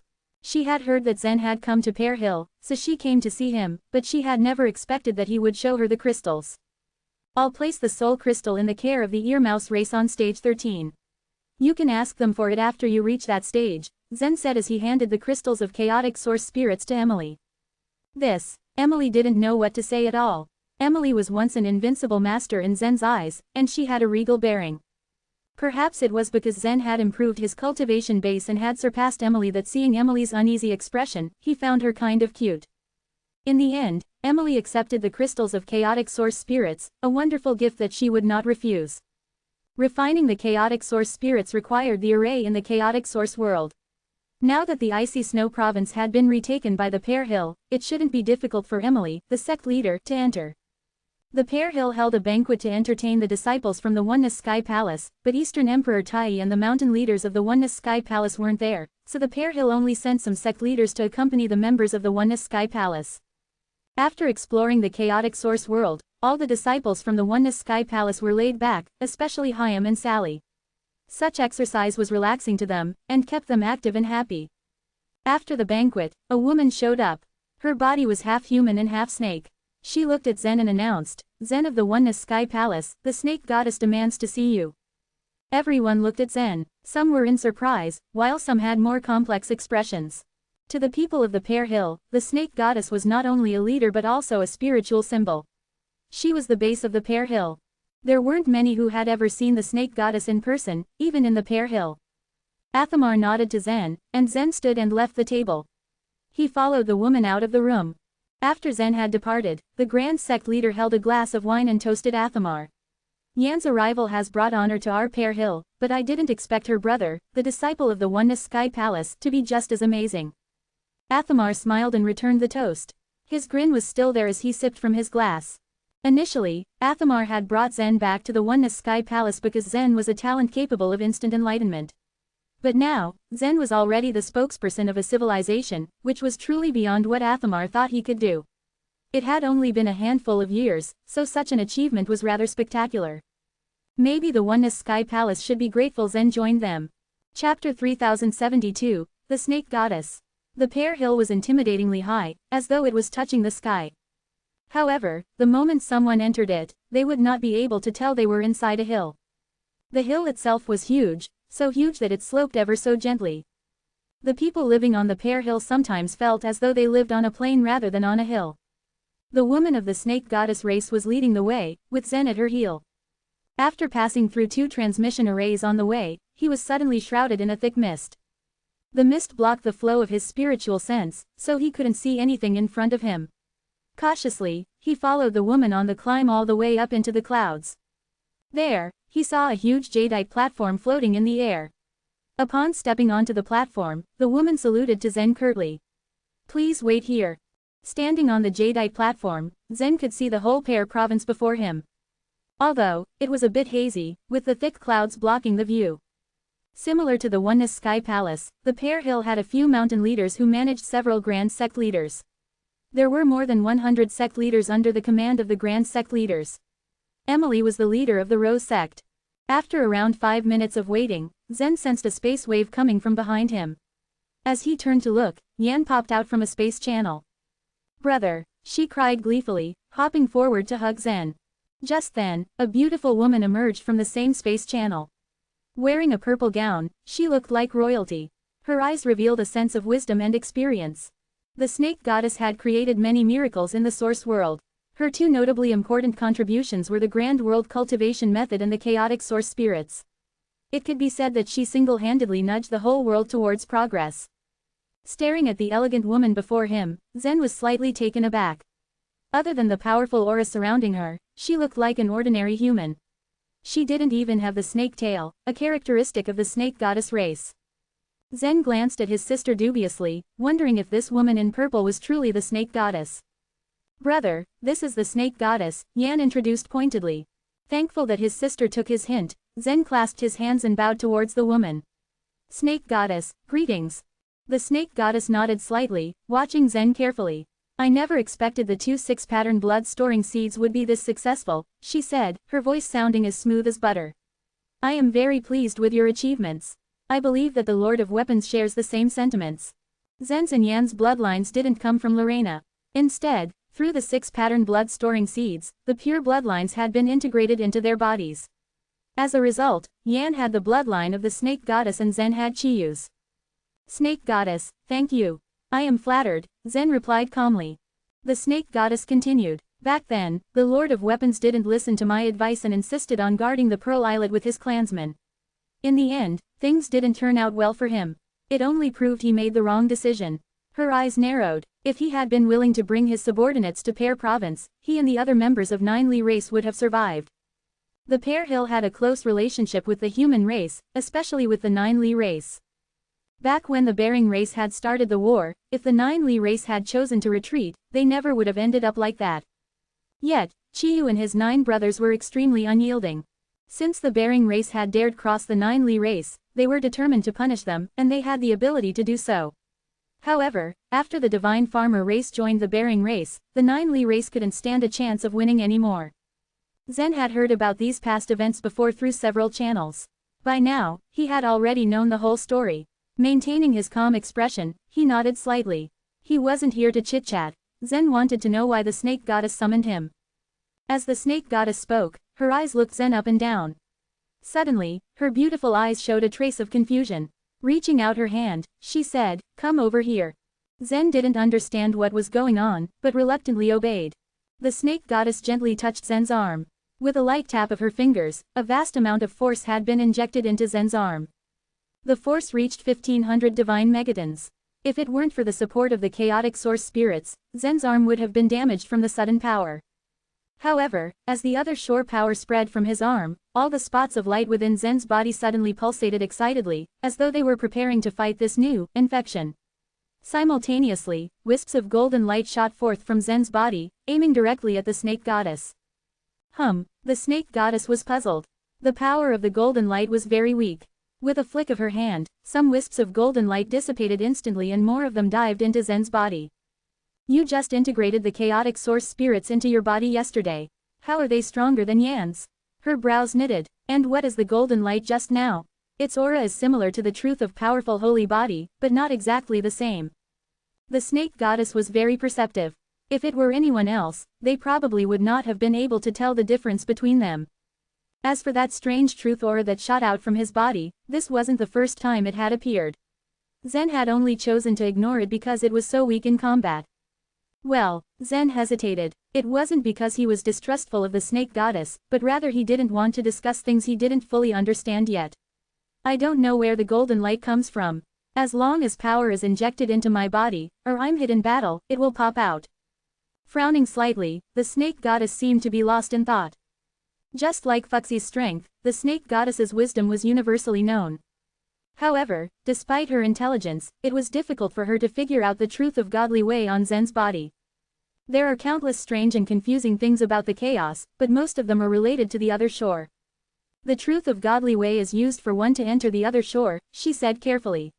Yet, this kind of truth of godly way you showed has nothing to do with the other shore. This is not the truth of godly way from the chaos. Her eyes shone bright with wisdom.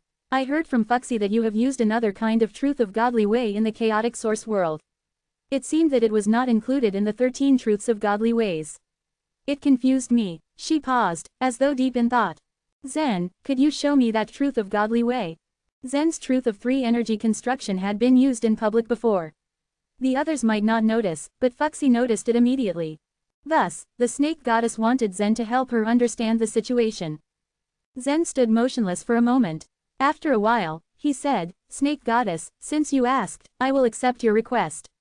However, I want to ask you a question before I do so." "Go ahead." The snake goddess nodded. "Snake goddess, have you met any humans on the other shore?" Zen asked abruptly. Chapter 3073, The Designated Celestial Wolf Race. Previously, King Manard had asked Zen to help him find the human race on the other shore. However, ever since Zen entered the other shore, he had never heard of the existence of any human.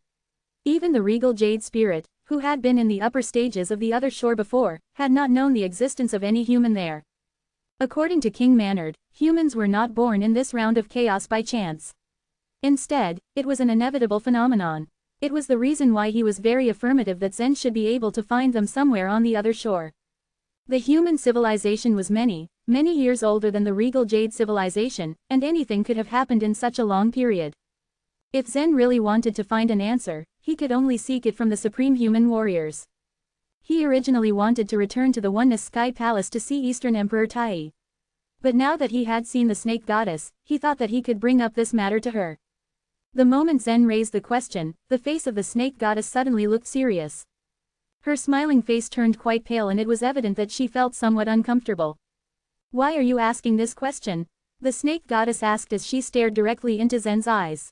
Yan couldn't help but blink repeatedly in wonder.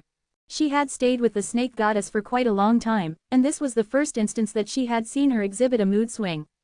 Is Zen's question strange? She wondered inwardly. Since there were all sorts of races on the other shore, it might not be that uncommon if humans also dwelt there. "I just want to know," Zen said calmly. Before getting a certain answer from the snake goddess, Zen didn't want to tell her his connection to King Manard. "It's just out of curiosity. Or is there something else?" the snake goddess asked as she tried to fish for some secrets to be spilled. "Well, yes, there are other reasons. Some are related to the truth of godly way that I'll be showing." As Zen answered, he stretched out his hand and the red, yellow and blue energy beams began spiraling up above his palm. The energy beams were interwoven with each other and gradually formed a small sculpture of Yan. "That's amazing. You created it out of nothing." Yan had been in the Pear Hill for quite some time and had seen a lot of skills performed by the people there. As she witnessed Zen's skill, she knew that this one was extraordinary at first glance. Zen had used the truth of 3 energy construction when he fought against the evil god, but the void construction was showy and not substantial. Thus it was not tactical to be used in defending against the enemy. A glimmer of surprise flashed across the snake goddess's eyes as she intently stared at the statue in Zen's hand. Void construction could be accomplished with the help of some special other shore tokens, and the things that were created this way were quite powerful. However, there was a huge limitation in this kind of void construction, which was far from what Zen had demonstrated. "If you're going to give me any information regarding the human race on the other shore, I will tell you the origin of this truth of godly way." "That's not bad for a deal," Zen asserted. Zen had given his word to King Manard and wouldn't go back on it. After Zen finished speaking, he handed the statue to Yan. Yan held the statue in her hand and played with it for a while. The statue was very lifelike and she loved it so much. Seeing Zen was pretty determined, the snake goddess couldn't help pursing her lips. It had been many years since she last met a young man who could be so firm in what he wanted. For that, Zen really deserved the 6-pattern blood-storing seed. He had such a firm character likened to the Lord of Weapons. As the wind blew, the sea of clouds in the distance billowed like waves. The snake goddess stood on the jadeite platform and looked at the panoramic view of the magnificent scenery. She looked into the distance and said, "The birth of humans in this round of chaos was planned." Zen's heart skipped a beat. It was the exact same thing that King Manard said. Actually, not only humans but also super forces like the ear mice and the separate abyss race were planned to be born. If the other shore hadn't intervened in the development of the chaos, there should have already been a ruling civilization in this round of chaos. A ruling civilization. After going through so much, Zen had come to understand how powerful ruling civilizations could be. The dreaded eye demons and the regal jade civilization, for example, used to be rulers in chaos. However, in the current chaos, there existed so many large races that not a single super force could rule the entire chaos. Thus, a ruling civilization didn't exist. "What kind of interference did you mean?" Zen asked as he became more curious. "It means that they forcibly introduced other civilizations that don't belong to this round of chaos. If it weren't for the existence of the ear mice, the sun crow race, the separate abyss race, and the snake goddess race, the celestial wolf race would be the one ruling the chaos," the snake goddess finally revealed. "The celestial wolf race?" Zen's eyes narrowed in surprise. "How is that possible?" A while back, he had met the celestial wolf race in the chaotic source world. Although they truly were a large race, they were never considered as a super force. The snake goddess let out a faint smile. "Well, it's simple. It's because they were the designated ruling civilization in this chaos. Unfortunately, because of our existence, we completely suppressed them. Now, it's impossible for them to grow stronger," she replied. They were the designated ruling civilization. As he couldn't believe what he just heard, Zen asked number 9527 in his mind, "How come you didn't know about this?" Number 9527 was a part of the Chaos Ancient God, a creature that had existed in the last round of chaos. That was why Zen became a little confused that it didn't know this piece of information. "You can't blame it. After all, it's just a soul avatar. It can't bear all of Gerald's memories," the snake goddess explained. Zen looked at the snake goddess who was wearing a charming smile on her face. It was as gentle and innocent as that of a child and as shy and vivacious as that of a teenage girl. Moreover, she had the wisdom and the bearing of a goddess. Zen could just imagine a female's entire lifespan by just looking at her.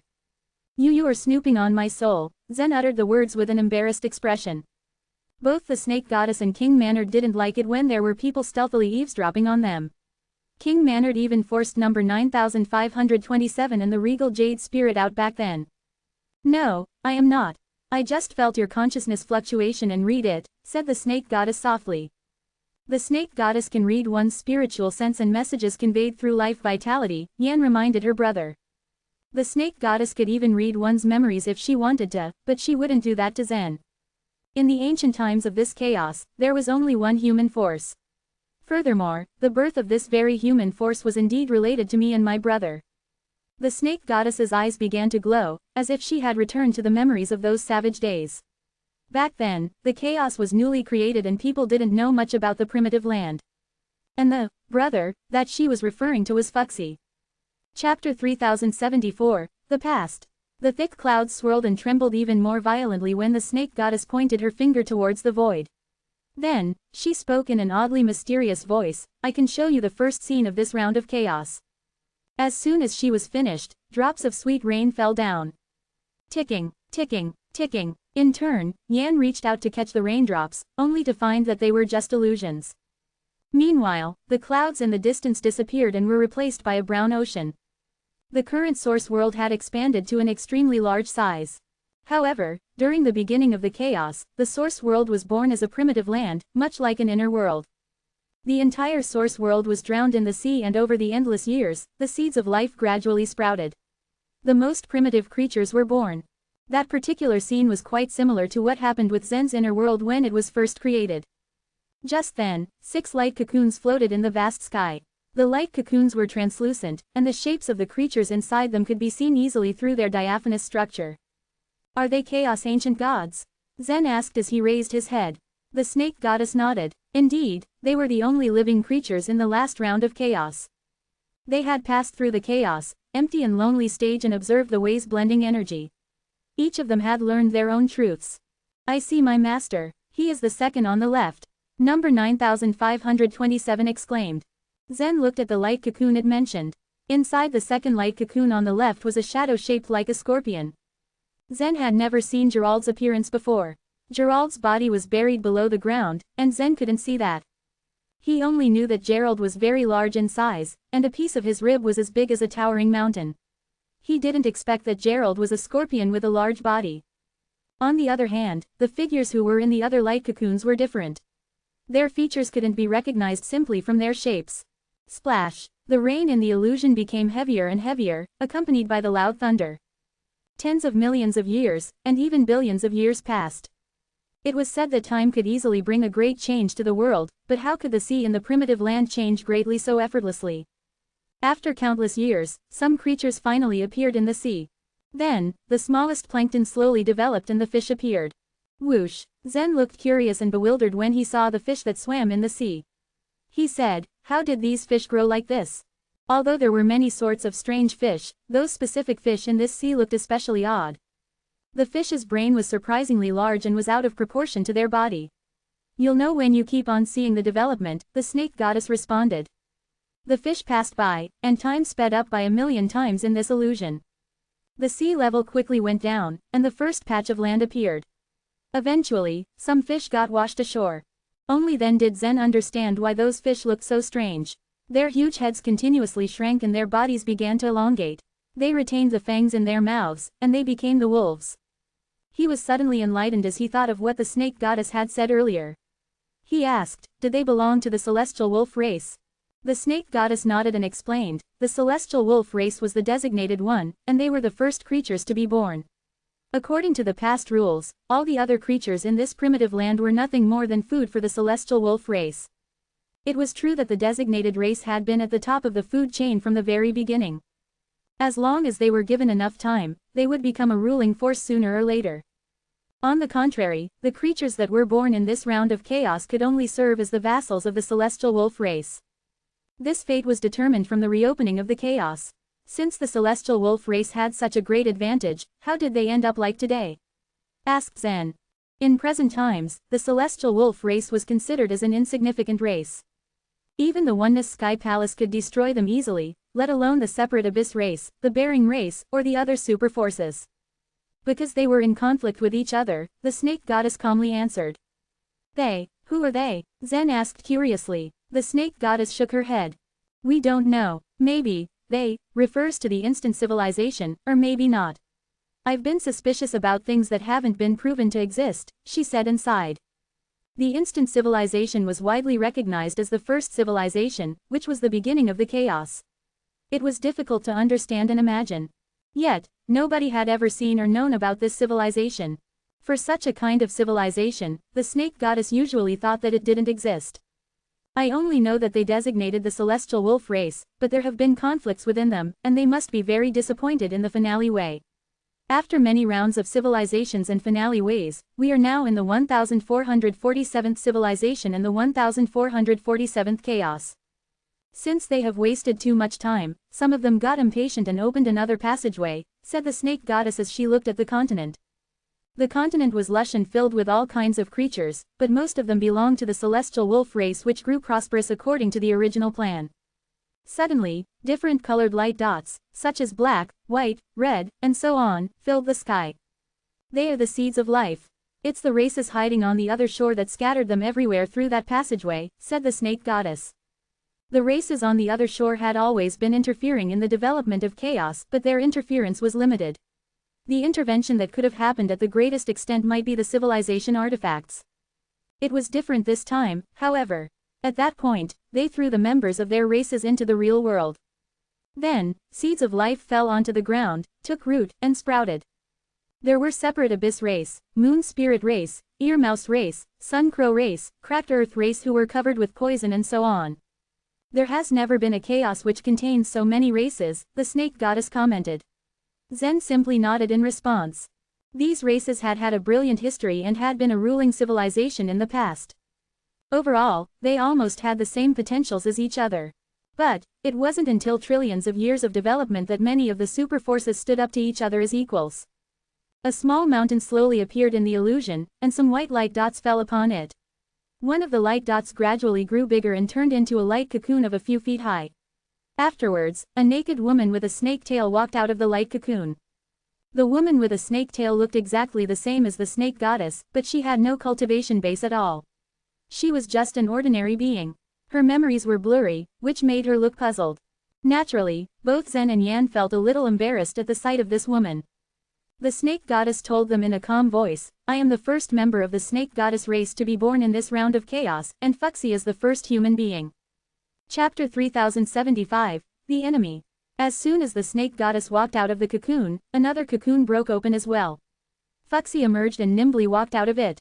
Now, he looked exactly like an ordinary human man.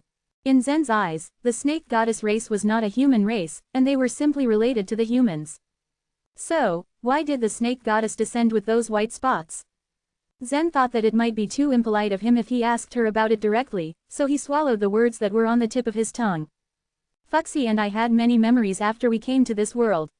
We knew how to make pottery ware, weave webs, catch fishes, the snake goddess continued. In time, the humans began to flourish rapidly around that small mountain. The memories in their minds had made a crucial contribution to the fact that they could master these skills in a short time. Have you thought of something? For example, the Lord of Weapons, the snake goddess reminded. At that moment, Zen's eyes flashed. Chiyu was known as the Lord of Weapons, because he invented the sword, spear, halberd, armor, crossbow. These inventions, said Zen hesitantly. They are the memories given by the humans on the other shore, the snake goddess explained. What King Manard had said was verified with the evolution of illusions. Generally speaking, it was very difficult for the races that had entered the other shore to return to the chaos. If the humans had appeared in the chaos, it meant that the humans on the other shore had already begun to take action. The snake goddess, Fuxi and Chiyu were the seeds sowed by the humans on the other shore. So, you, the human sovereign, and even my grandfather represent the humans on the other shore. Are you their spokespersons? Zen asked. No, it's not that simple, replied the snake goddess as she shook her head. The humans on the other shore were well prepared, as they had given all the memories that the humans in the chaos should know. The only thing was, the humans in the chaos didn't know where they came from, what was their goal, or anything about the humans on the other shore. In any case, thanks to those memories, several human forces had advanced rapidly. For instance, the small pear hill which had descended in the very beginning had developed alongside the growth of the primitive land. When the primitive land became as large as it was today, the pear hill had expanded to the size of a big province. The most mystical thing is, said the snake goddess with an ironic expression, I know about the existence of the humans on the other shore, and I also know that they created us, but we still can't find them. Of course, not all races were the same. For example, after the separate Abyss race had gotten increasingly stronger, they quickly found their home on the other shore, the Abyss Spirit race. The latter had even helped them take over the entire Stage 11. The human forces, including the Nine Li race, the Pear Hill, the Bearing race, and the Divine Farmer race, however, hadn't found their own home on the other shore yet. Now you can tell me how you mastered the void construction and the truth of godly way, the snake goddess requested while she waved her hand.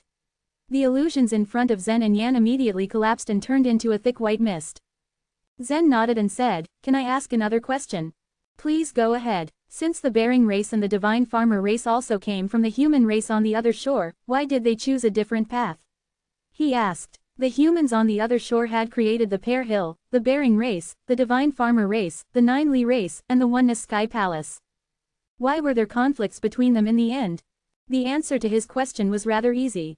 The snake goddess thought for a while and then explained, Yellow Thirk and Divine Farmer have doubts about the existence of the humans on the other shore.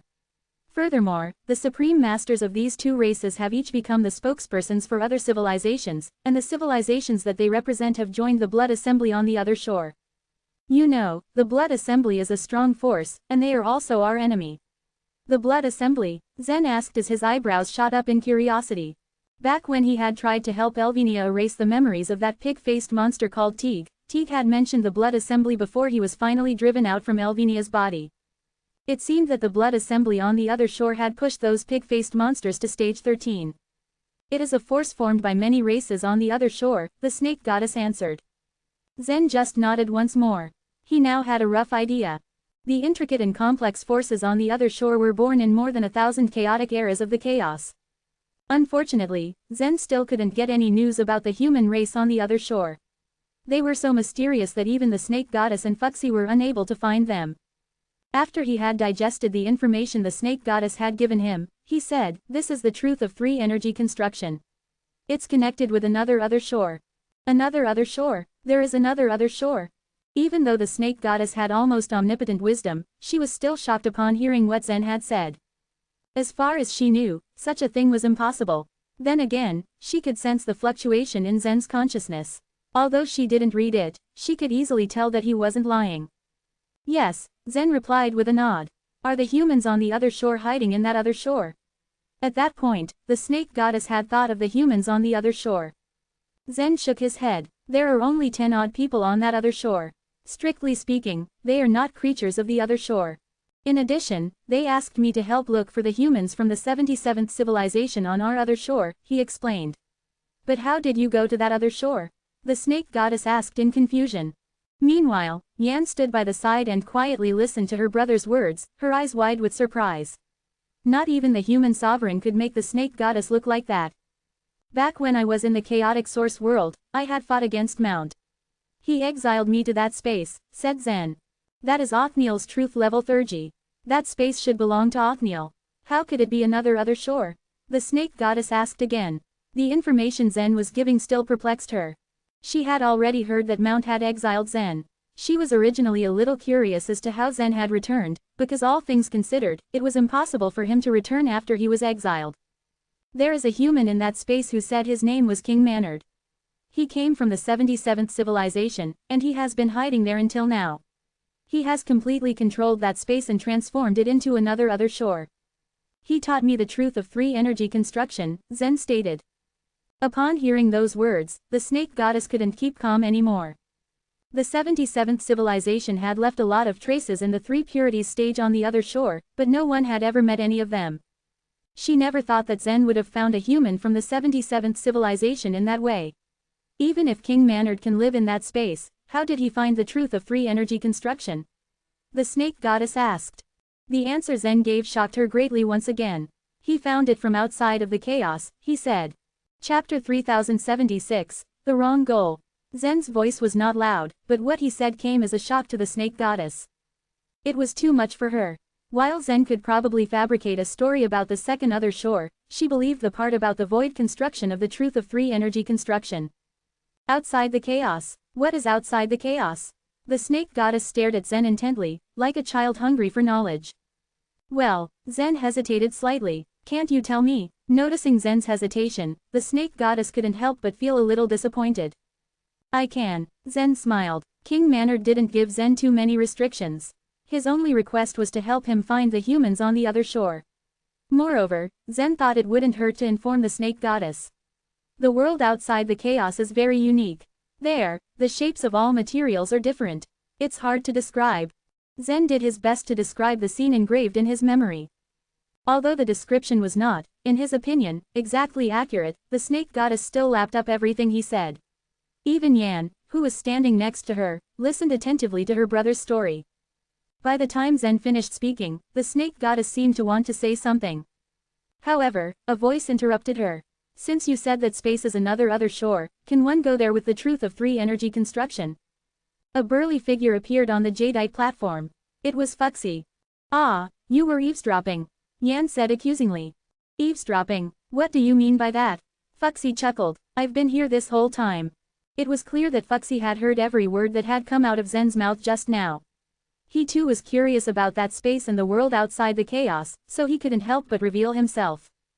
Zen, contrary to his sister's reaction, smiled calmly at Fuxi. Yes, with the truth of three energy construction, we can go there. With the soul or body? Fuxi asked, eyebrow raised. I don't know that either. Zen was baffled by this question. Since returning from that space, he had never tried going back to it. It was impossible to enter the other shore with the truth of powerful holy body or the corporeal body. That space, on the other hand, was another shore built by King Manard, so there should be no such restriction. So, what price do I have to pay for getting the truth of three energy construction? Fuxi asked, taking a step forward. He and the snake goddess had been searching for the humans on the other shore for countless years. King Manard was the first one they had ever heard of. Of course, he wanted to see him. But the truth of three energy construction was in Zen's hands. They naturally wouldn't force him to give it. Price? Zen's eyes narrowed. He didn't intend to get anything by giving the truth of three energy construction. But he had never forgotten his mission, also Chiyu's last will, to rebuild the Nine Li race. He had asked Eastern Emperor Tai to give him a promise by offering him the truth enlightenment, but now, the Oneness Sky Palace was still being suppressed by the Bering race. Especially after his identity was exposed, it was still uncertain what lengths the Bering race would go to. With only the Oneness Sky Palace, he might find it difficult to fight against super forces such as the Bering race, the Divine Farmer race and the Sun Crow race. Since the human sovereign said so. I have one request, Zen said slowly. I want you to help me rebuild the Nine Li race. Yan stared at her brother, dumbfounded. She had been living blissfully in the Pear Hill this whole time, but she knew her brother bore a heavy burden. Fuxi's and the snake goddess's expressions remained unchanged. They knew Zen's background, and had predicted he would make such a request. Expectantly eyeing the two supreme masters before him, Zen maintained his calm disposition. He had a feeling they would accept his request. I can't make any promises, the snake goddess said bluntly. Why not? Zen was surprised. Because we can't help you do what you want, answered the snake goddess, casting a glance downward. Unsure how to console Zen, she couldn't look him in the eye at this time. But, Zen was puzzled, if you join forces with the Oneness Sky Palace, it's possible. Seeing Zen's anxious expression, the snake goddess smiled gently. Have you ever thought about the process of rebuilding the Nine Li race? Gather all the remaining members of the Nine Li race and multiply. Then, a strong warrior from it would lead the Nine Li race to become one of the super forces in the source world. Is that what you want? Zen stared at her blankly. He was speechless. The chaotic source world is gone, said the snake goddess, her eyes shining brightly. From here on out, it will be impossible to cultivate a warrior at the chaotic source realm. You secretly took crystals of the chaotic source spirits from the chaotic source world. After giving one portion of them to the head of the Rose sect, you have only 9 left. Do you intend to cultivate the Nine Li people with these crystals? It was impossible to bring the crystals of chaotic source spirits out of the chaotic source world. The Pear Hill was very clear that Zen had taken out 2,000. Zen fell silent, his mind whirling. He had always envisioned rebuilding the 9 Li race, but only now did he realize he never really thought about the steps to get there. Taking the threshold of the chaotic source realm into consideration, there was really no way he could achieve his goal. Snake Goddess, is there really no hope of rebuilding the 9 Li race? Yan asked, blinking. Disappointment was written all over her face. The Snake Goddess walked over to Yan and threw her arms around her in a warm hug. Seeing Yan as her own daughter, she was fond of the girl. There is hope, but your brother has mistaken the order. What order? Yan asked confusedly. It's meaningless to rebuild the 9 Li race if the finale way is not completed, the Snake Goddess answered. The chaos will be destroyed. And all the humans, including those from the Pear Hill, the Oneness Sky Palace and the Bering race, will perish. Turning to face Zen, she continued explaining to Yan, but if your brother completes the finale way, it will be much easier to rebuild the 9 Li race, right? Upon returning to Pear Hill, Fuxi had filled the Snake Goddess in on all the details about what happened at the bottom of the chaos. She was keenly aware that Zen was selected by Gerald. Contrary to the aggrieved Fuxi at the time, the Snake Goddess's reaction was quite calm. She did not know why Zen was chosen by Gerald, but as one of the 6 Chaos Ancient Gods, Gerald undoubtedly should have unique insight. Perhaps Zen could really complete the finale way and become the supreme finale hero in the chaos. Do you know your goal now? Fuxi asked viciously. When he left that prison, Fuxi had felt so indignant. He thought Gerald was blind to have chosen Zen. However, when he met Zen again in the chaotic source world, Zen had completely changed. He had rapidly improved. At least, Zen's performance had convinced Fuxi and made him certain of what he believed in. Chapter 3077, Peculiar Seeds. The first time that Zen had heard of the finale hero, it was from Fuxi's mouth. Fuxi had been in his lunatic phase at the time and Zen had had no idea what it had meant. Number 9527 hadn't explained it to him either. It was not until Athamar had told him about the finale way while in the mountain viewing province, that he had finally understood what it was about. But there were things in the world that he'd find difficult to take on as goals even if he understood what they were. There had been a number of civilizations that had pursued the finale way in the past. But it was a goal that even a whole civilization had failed to achieve despite summoning all their powers. Zen had never dreamed that his strength could be on par with that of a whole civilization. At this moment, a soul fluctuation emanated from the sclerite in Zen's chest. Number 9527 had suddenly turned into a human figure and was now standing beside Zen. Fuxi and the Snake Goddess didn't flinch when the human-shaped soul appeared so suddenly. The Snake Goddess had already sensed its existence, and Fuxi had communicated with number 9527 at the bottom of the chaos. Number 9527 folded its hands in respect towards Fuxi and the Snake Goddess. Number 9527 was usually pretty casual when communicating with Zen. But it regarded the top masters in the source world as its peers. It hadn't cared about its manners even when it had met Chiyu in the Divine Land. We meet again, said Fuxi as he returned no 9527 salute.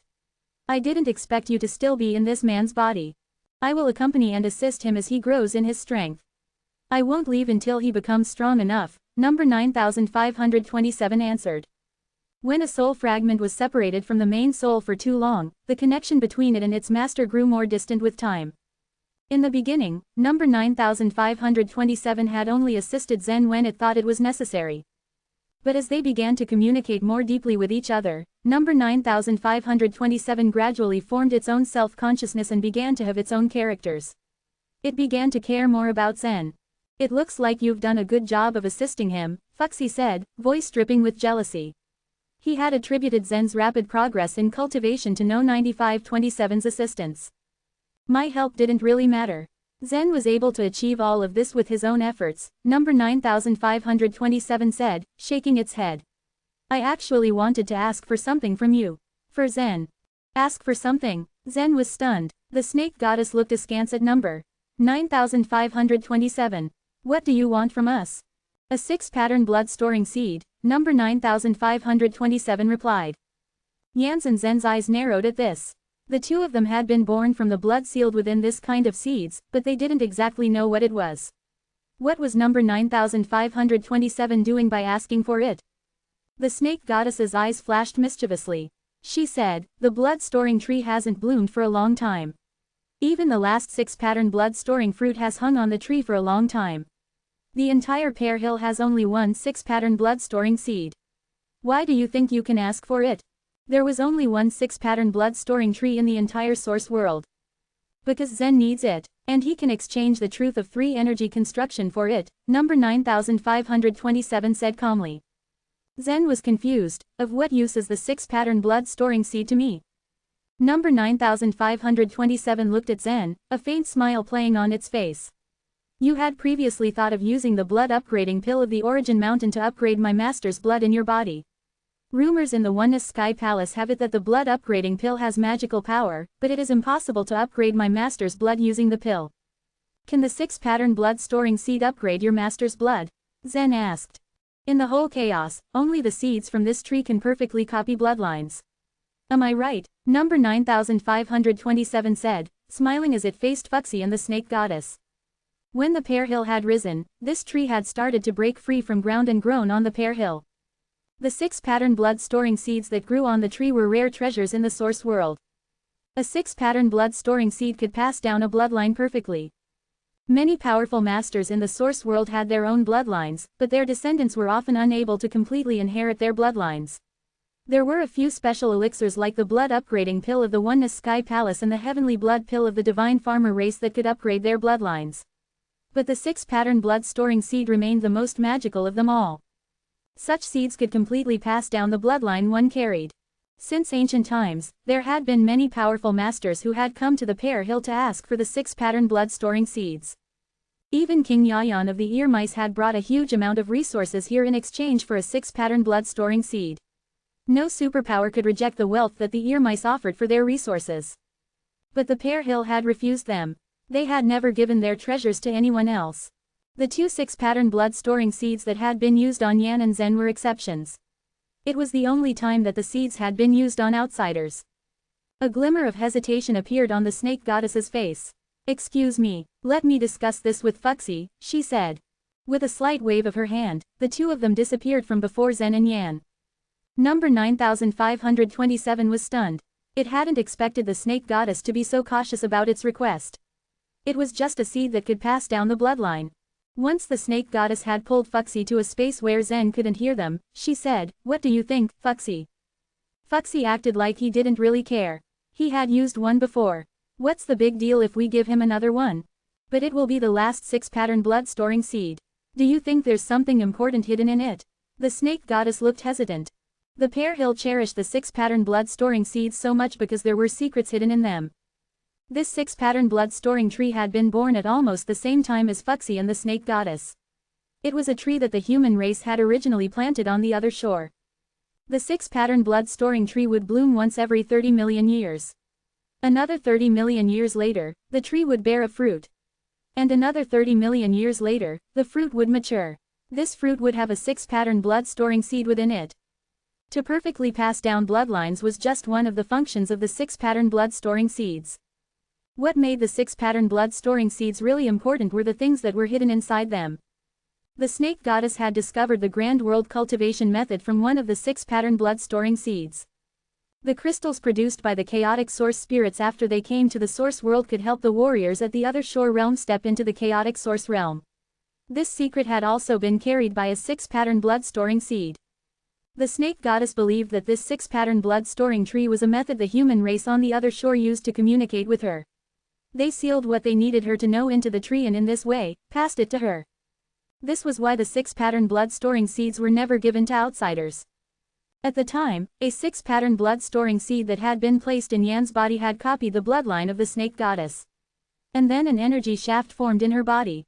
Don't you know how many 6-pattern blood-storing seeds we have devoured over the years? Fuxi shook his head and said, the information that some of the seeds contained is ridiculous. Apart from the one that Yan inherited, all others are basically useless. And you're still expecting the last one to produce a miracle. Chapter 3078, Deliver. The snake goddess frowned. She had always placed her hopes on the 6-pattern blood-storing tree. She was under the impression that the humans on the other shore would hide the information about them in the 6-pattern blood-storing seeds. So she was hoping to find information from the seeds. But it just turned out to be a disappointment. Fuxi continued, perhaps we have to resign ourselves to fate. Zen found king-mannered. Since he asked for it, we can give him the last seed.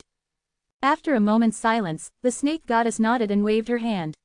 The two of them returned to the jadeite platform again. Shooting a glance at Zen, she gestured towards him.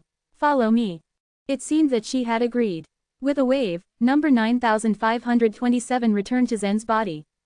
The snake goddess waved her hand once more, and she and Zen had disappeared from the jadeite platform. The next thing he knew, Zen was in a cave. It was practically pitch black. He could, however, hear the sounds of dripping water off the walls. "This is the internal space of the pear hill," Zen guessed. "It's the innermost part of the pear hill," the snake goddess answered. She started walking. As she walked forward, dim lights would appear around the cave. It was some complex magic arrays that emitted the glow. Although these magic arrays had not been activated, they embodied terrifying abilities. Obviously, this was the most important place of the pear hill, since it was so heavily guarded. After walking more than 200 feet, they reached the end of the cave. Zen glanced around. He noticed the soil here was white, and towards the end of the cave stood a tree as tall as a person. "Is this the 6-pattern blood-storing tree?" Zen stared at the tree in surprise. The 6-pattern blood-storing tree was invaluable to the pear hill. It was not necessarily as tall and intimidating as the divine trees in the divine land, but it should be full of vitality. However, to Zen's surprise, it had signs of decaying from its roots, and its naked branches were almost completely devoid of leaves. The few leaves it did have had already turned yellow. If it weren't for a single light green fruit on it, Zen would have thought it was already dead. "Its life is coming to an end," said the snake goddess, staring at the 6-pattern blood-storing tree sadly. This tree was a channel that she had used to communicate with the humans on the other shore. With the withering of this tree, it wouldn't be able to do so anymore. Now, there was only one fruit left. She walked forward and gingerly plucked the single fruit. Gently, she peeled off the outer shell, revealing a seed that glowed a bright blue. She took a moment to look at it longingly, but then ultimately turned to Zen and said, "Pour your blood power into it and it can work." As she spoke, she handed the seed to Zen. Zen took the seed gratefully and inspected it. After he tucked it into his space ring, the snake goddess waved her hand, and they both appeared on the jadeite platform again. Since he had received the seed, Zen fulfilled his end of the deal and wrote down the truth of 3 energy construction word by word. As he handed over the complete truth of 3 energy construction to the snake goddess, Zen suddenly recalled something important. "Snake goddess, after you master the truth of 3 energy construction, please pay attention to one thing." "What's it?" asked the snake goddess curiously. "King Manard extremely hates any race that isn't human. If a human enters that space, it'd be fine. But if any other race enters, they'd probably be attacked," Zen explained. The snake goddess was born together with the human sovereign. She must have a lot of connections with the humans on the other shore, but King Manard might not know about this. Although the little monsters probably wouldn't be able to lay a finger on the snake goddess, King Manard's strength was immeasurable. If the two fought in that space, who knew what might happen? However, Zen had spent about 3 months in that space before he was able to master the truth of 3 energy construction. Although the snake goddess and Fuxi were highly talented, it would probably take them some time, too. If Zen returned to that space to inform King Manard before the snake goddess and Fuxi entered, there would be less room for misunderstandings. Just then, a thought crossed Fuxi's mind. As he stretched out his palm, a golden red crystal appeared in his hand. This golden red crystal had come from the mother of chaotic source spirits. Zen had given 30 of them to Yan when he left the chaotic source world. Yan didn't know what they were used for, so she had given one to Fuxi. It was also the first time for Fuxi to see such a crystal. According to his judgment, the crystal was very similar to the crystals of chaotic source spirits. He was certain people could absorb it. But he still hadn't figured out how to refine it. "Zen, it would be best if you stay in the pear hill," the snake goddess said authoritatively. "Once Fuxi figures it out, you can immediately cultivate." Yan glanced at her brother eagerly, her eyes twinkling. Of course, she hoped to spend time with him. But to her disappointment, Zen politely shook his head. Lavender, Letitia and the others had already settled down in the Oneness Sky Palace. Even Zen felt like he had already taken root there as well. Moreover, the Oneness Sky Palace was a decent sect of swordsmanship, which was a more suitable place for Zen to cultivate. Meanwhile, outside the source world, a massive chaos cloud was constantly rolling. In the midst of flashing lightning, a huge figure flew in the sky. It was none other than the Thunder Dimorphodon. Whoosh! Its gigantic body moved blithely, quickly drawing closer to the chaos cloud in the distance. After it entered the chaos cloud, it saw a small light spot. The light had a strong penetrating power, and even the chaotic energy was unable to stop it. 2 hours later, the Thunder Dimorphodon finally reached the light spot. Above the light spot stood a man in an embroidered robe, with an ordinary bamboo basket on his back. With the sleeves rolled up, he looked like a farmer who had been hidden in the mountains. This man was Divine Farmer, the leader of the Divine Farmer race. "You got them?" Divine Farmer asked with a smile. "Yes," said the Thunder Dimorphodon. "But there is a slight problem." Divine Farmer's smile froze. He knew clearly that the Thunder Dimorphodon seldom encountered problems in its life. "What's the problem?" "The black ship stopped me on the way and took away half of the rings," said the Thunder Dimorphodon. With its huge paw gently lifted, small rings of light floated in front of Divine Farmer. Divine Farmer's expression fell. "The black ship, why would they target you? As far as I know, they should not be interested in the chaotic source world." The black ship was also known as a super force, despite having only 13 members. It seldom cultivated disciples and rarely went to the chaotic source world. I don't know why they went to the chaotic source world either. They had been there since the beginning.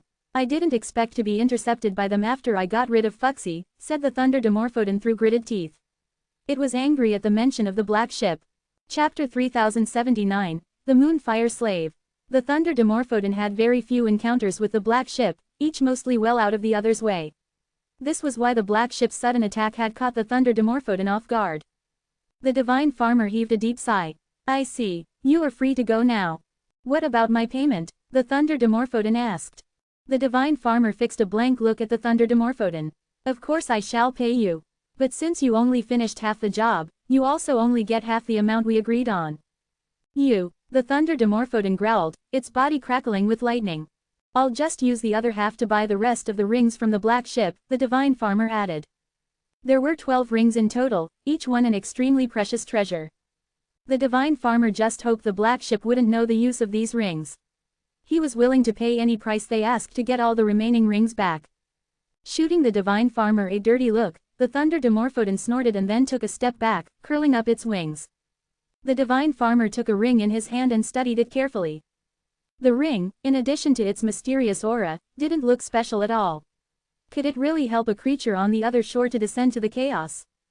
After examining it for a while, the Divine Farmer recited a quiet chant, a trace of truth of godly way emanating from him.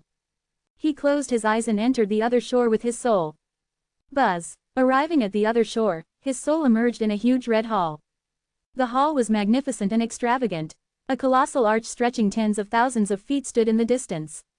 Beneath the arch lay a huge disc with 9 thrones lined along the edge, facing the center. The Divine Farmer walked straight to the center of the disc and stomped his foot lightly. Numerous red patterns surfaced on the huge disc. A small orb appeared on each of the surrounding thrones. "I've got the descending rings." The Divine Farmer raised his hand, displaying the ring he was holding. He managed to bring the ring into the other shore. At his pronouncement, the orbs on the thrones started to flash with light, thrilled at what they were seeing. "You brought it to the other shore successfully. This is a great development. It is indeed as miraculous as the chaotic source spirits. Our speculations were right." The orbs all fixed their gazes on the ring, their voices trembling with excitement as they chattered among themselves. Once creatures born in the chaos entered the other shore with their entire presence, they would be trapped there permanently. There was no way for them to descend to the chaos unless they became other shore tokens for other creatures. But what powerful being would be willing to lower themselves by becoming just someone else's tool? The descendants of the chaotic source spirits, however, had managed to find a way around this restriction. These conditions didn't affect them at all.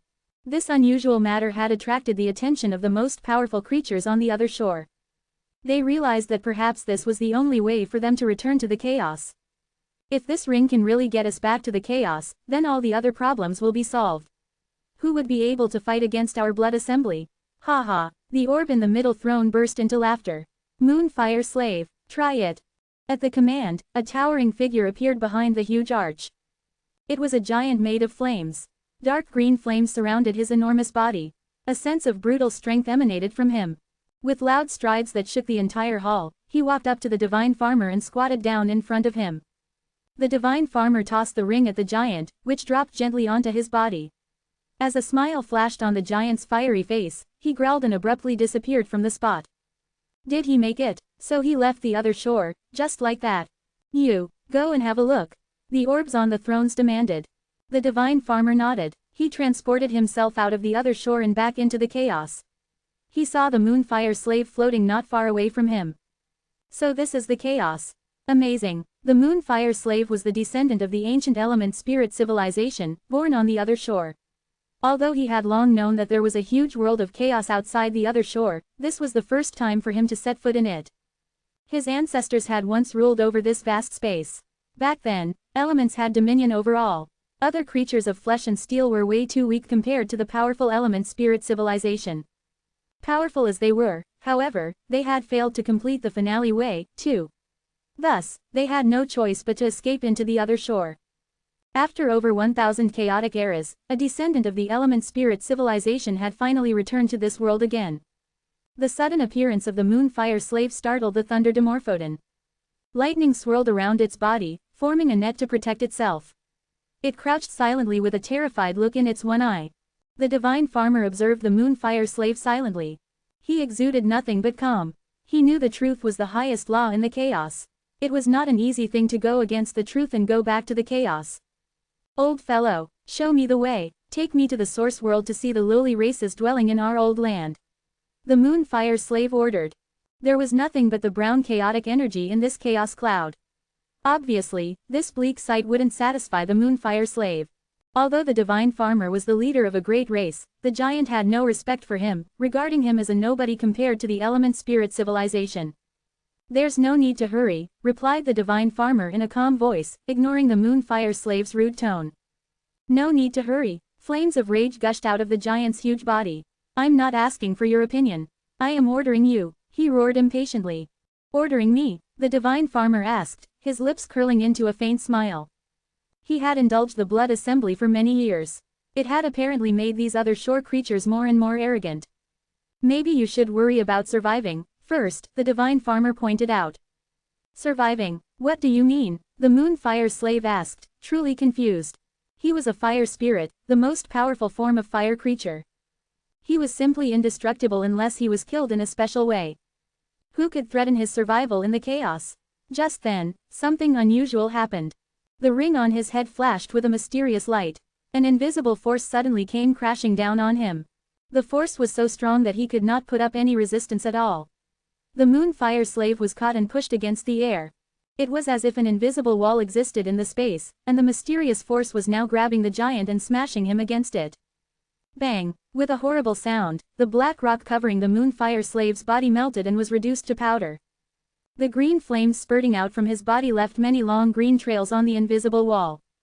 The force was relentless. The Moonfire slave was smashed against the wall again and again, until his body was completely destroyed, crushed into shreds. The Thunder Dimorphodon watched the incredible sight from the sidelines, its eye widening in shock. The unknown force was terrifying. If it were the Thunder Dimorphodon who had been tortured like that, it would have ended up in a worse state than the Moonfire slave. Chapter 3080, Miss Something. Divine Farmer's face was expressionless. He stretched out his hand. The ring that was floating in the air, some distance away, flew towards him. He closed his fingers around the ring as it came to rest on his palm. He shook his head and recited the truth of godly way in order to return to the other shore. As soon as he arrived, he was greeted with a series of urgent questions. What happened? How is the Moonfire slave? Did he make it? Asked the 9 light orbs on the thrones. They were eager to get some answers from Divine Farmer. The Moonfire slave's survival was the most important thing to them. Divine Farmer sighed. No, he failed. He was killed by the truth, he said. The light orbs were aghast. How could this be? But he succeeded in getting there in the first place. He wasn't supposed to fail. Divine Farmer could sense the fury in the light orbs. They had already succeeded before. How could they have failed at the most critical moment? It's not that easy to escape the truth, Divine Farmer explained. It's true that the Moonfire slave managed to enter the chaos, but he was quickly detected and killed by the truth rule. But how about that huge eye? Why did it survive? Asked the light orb on the second chair from the left. This question baffled Divine Farmer. He thought for a while. Slowly he replied, maybe it's because that dreaded eye demon was not powerful enough. Although the Moonfire slave was only a slave of the element spirit civilization, his strength was at a very high level. Most warriors found his strength to be absolutely terrifying. In contrast, the dreaded eye demon was much weaker. The light orbs considered Divine Farmer's explanation. All right, then, let's try using a weak water spirit, said the light orb in the middle. A splash sounded as soon as the light orb had spoken. A wave of water rolled towards them. It halted abruptly in front of Divine Farmer, gathered itself into a human-shaped blue mass and stood up. It was a creature made of water. Its human shape changed further as it added armor over its body. Water spirits were at the lowest level of the element spirit civilization. This creature's strength would definitely be far inferior to that of the dreaded demon. Divine Farmer was still holding the ring in one hand. He stepped closer to the water spirit and gently placed the ring on top of its head. Immediately, Divine Farmer and the water spirit disappeared from the other shore. The light orbs waited, saying nothing. In just a few seconds, Divine Farmer reappeared. He wore a disappointed look on his face. Another failure. We must be missing something. It wasn't just the ring that allowed the dreaded demon to successfully enter the chaotic source world. What have we missed? Demanded the light orb in the middle. Its tone was harsh. We must find out as soon as possible. We will tolerate no further mistakes. Another light orb chimed in. Divine Farmer stared around at the light orbs and sighed. He returned once more to the chaos. The Thunder Dimorphodon was waiting not far from where he appeared. Divine Farmer went to the creature and said, I must ask you something. After the death of the mother of the chaotic source spirits, were there any other things in her body besides the rings? The crystals of chaotic source spirits, replied the Thunder Dimorphodon promptly. Anything else besides the crystals of chaotic source spirits? Divine Farmer inquired urgently. If the crystals of chaotic source spirits were the only things in the body, then they had no more clues to work with. It would be impossible to figure out how the creatures on the other shore could return to the chaos. The Thunder Dimorphodon considered Divine Farmer's question, thinking deeply. Suddenly it looked up with a gleam in its eye. Yes, it exclaimed. What else? Divine Farmer asked quickly. There was another kind of crystals in her body. These crystals had similar auras to the crystals of chaotic source spirits, but they were slightly different.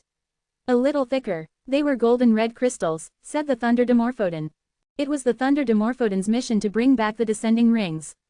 It was completely focused on this task, and did not bother to take any other things into consideration. At that time, it had kept its eye on Zen. It hadn't attacked him until he took away all the golden red crystals. Divine Farmer thought about what Thunder Dimorphodon said, and then his eyes widened as he realized something. Perhaps those golden red crystals were the key. Who has those golden red crystals now? Does Mount have them? He asked. Divine Farmer had been hiding in the chaos cloud, waiting for the Thunder Dimorphodon. What had happened in the chaotic source world was none of his business. Moreover, it was impossible for any peers and disciples to be worthy opponents for Mount among the many races. No, said the Thunder Dimorphodon. It was a disciple named Zen Luo from the Oneness Sky Palace. It had been paying close attention to the chaotic source world, and kept track of important warriors and taken note of everything happening inside. A disciple of the Oneness Sky Palace? Divine Farmer repeated, feeling stunned. A mere disciple? How is that possible? Where was Mount? With a helpless smile on its face, the Thunder Dimorphodon replied, You mean the avatar of Othniel. He was defeated. This time, two people had both made a world descend in the chaotic source world. Divine Farmer still looked incredulous, so the Thunder Dimorphodon explained everything it had seen. Finally, it ended by saying, The young man named Zen also has the soaring snake sword. A fierce light flashed across Divine Farmer's eyes. He was shocked at the events described by the Thunder Dimorphodon, but there was no way it could be mistaken. He said, This young man might be Chiyu's descendant. He has all the golden red crystals. Yes, said the Thunder Dimorphodon. Understood, Divine Farmer said. The 9 Li race had already been destroyed. Even if there were still some remaining members hiding somewhere within the source world, there was nothing to be feared from them. However, Divine Farmer never expected that someone from the 9 Li race would appear out of nowhere and obtain the most precious treasure of all. So, the Oneness Sky Palace has a powerful disciple. It looks like something is up in that place, Divine Farmer said to himself. There was a gleam of coldness in his eyes.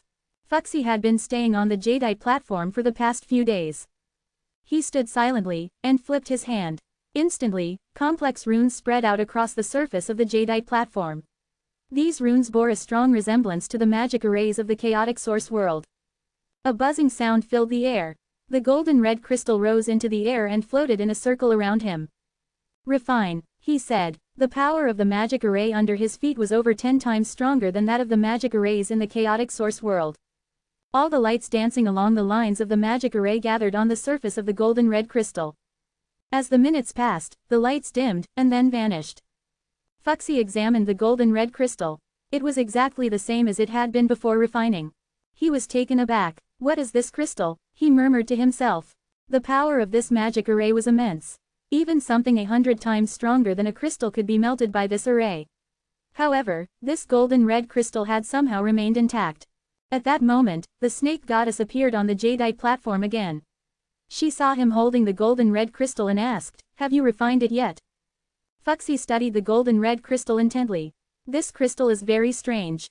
It doesn't seem very dense or solid. Yet it can withstand the power of this array in the process of refining. It simply refuses to melt. The snake goddess was intrigued. "Let me try," she requested, holding out her hand. Fuxi gave her the golden red crystal. Instead of using the magic array arranged by Fuxi, she directly activated the energy beams of her shadow. Crimson energy beams flowed out, twining around the golden red crystal and burrowing into its surface. Fuxi watched closely. The shadow of Snake Goddess had an astonishing energy. There was probably nothing in the source world that could resist the direct impact of her energy beams. As before, the golden red crystal was entirely enveloped for several minutes in the glowing red light. But as the light dimmed, the golden red crystal was revealed to be intact and unchanged in the palm of the Snake Goddess. She raised an eyebrow, looking astonished. This crystal seems to be immune to being melted by energy, no matter how powerful. What's going on?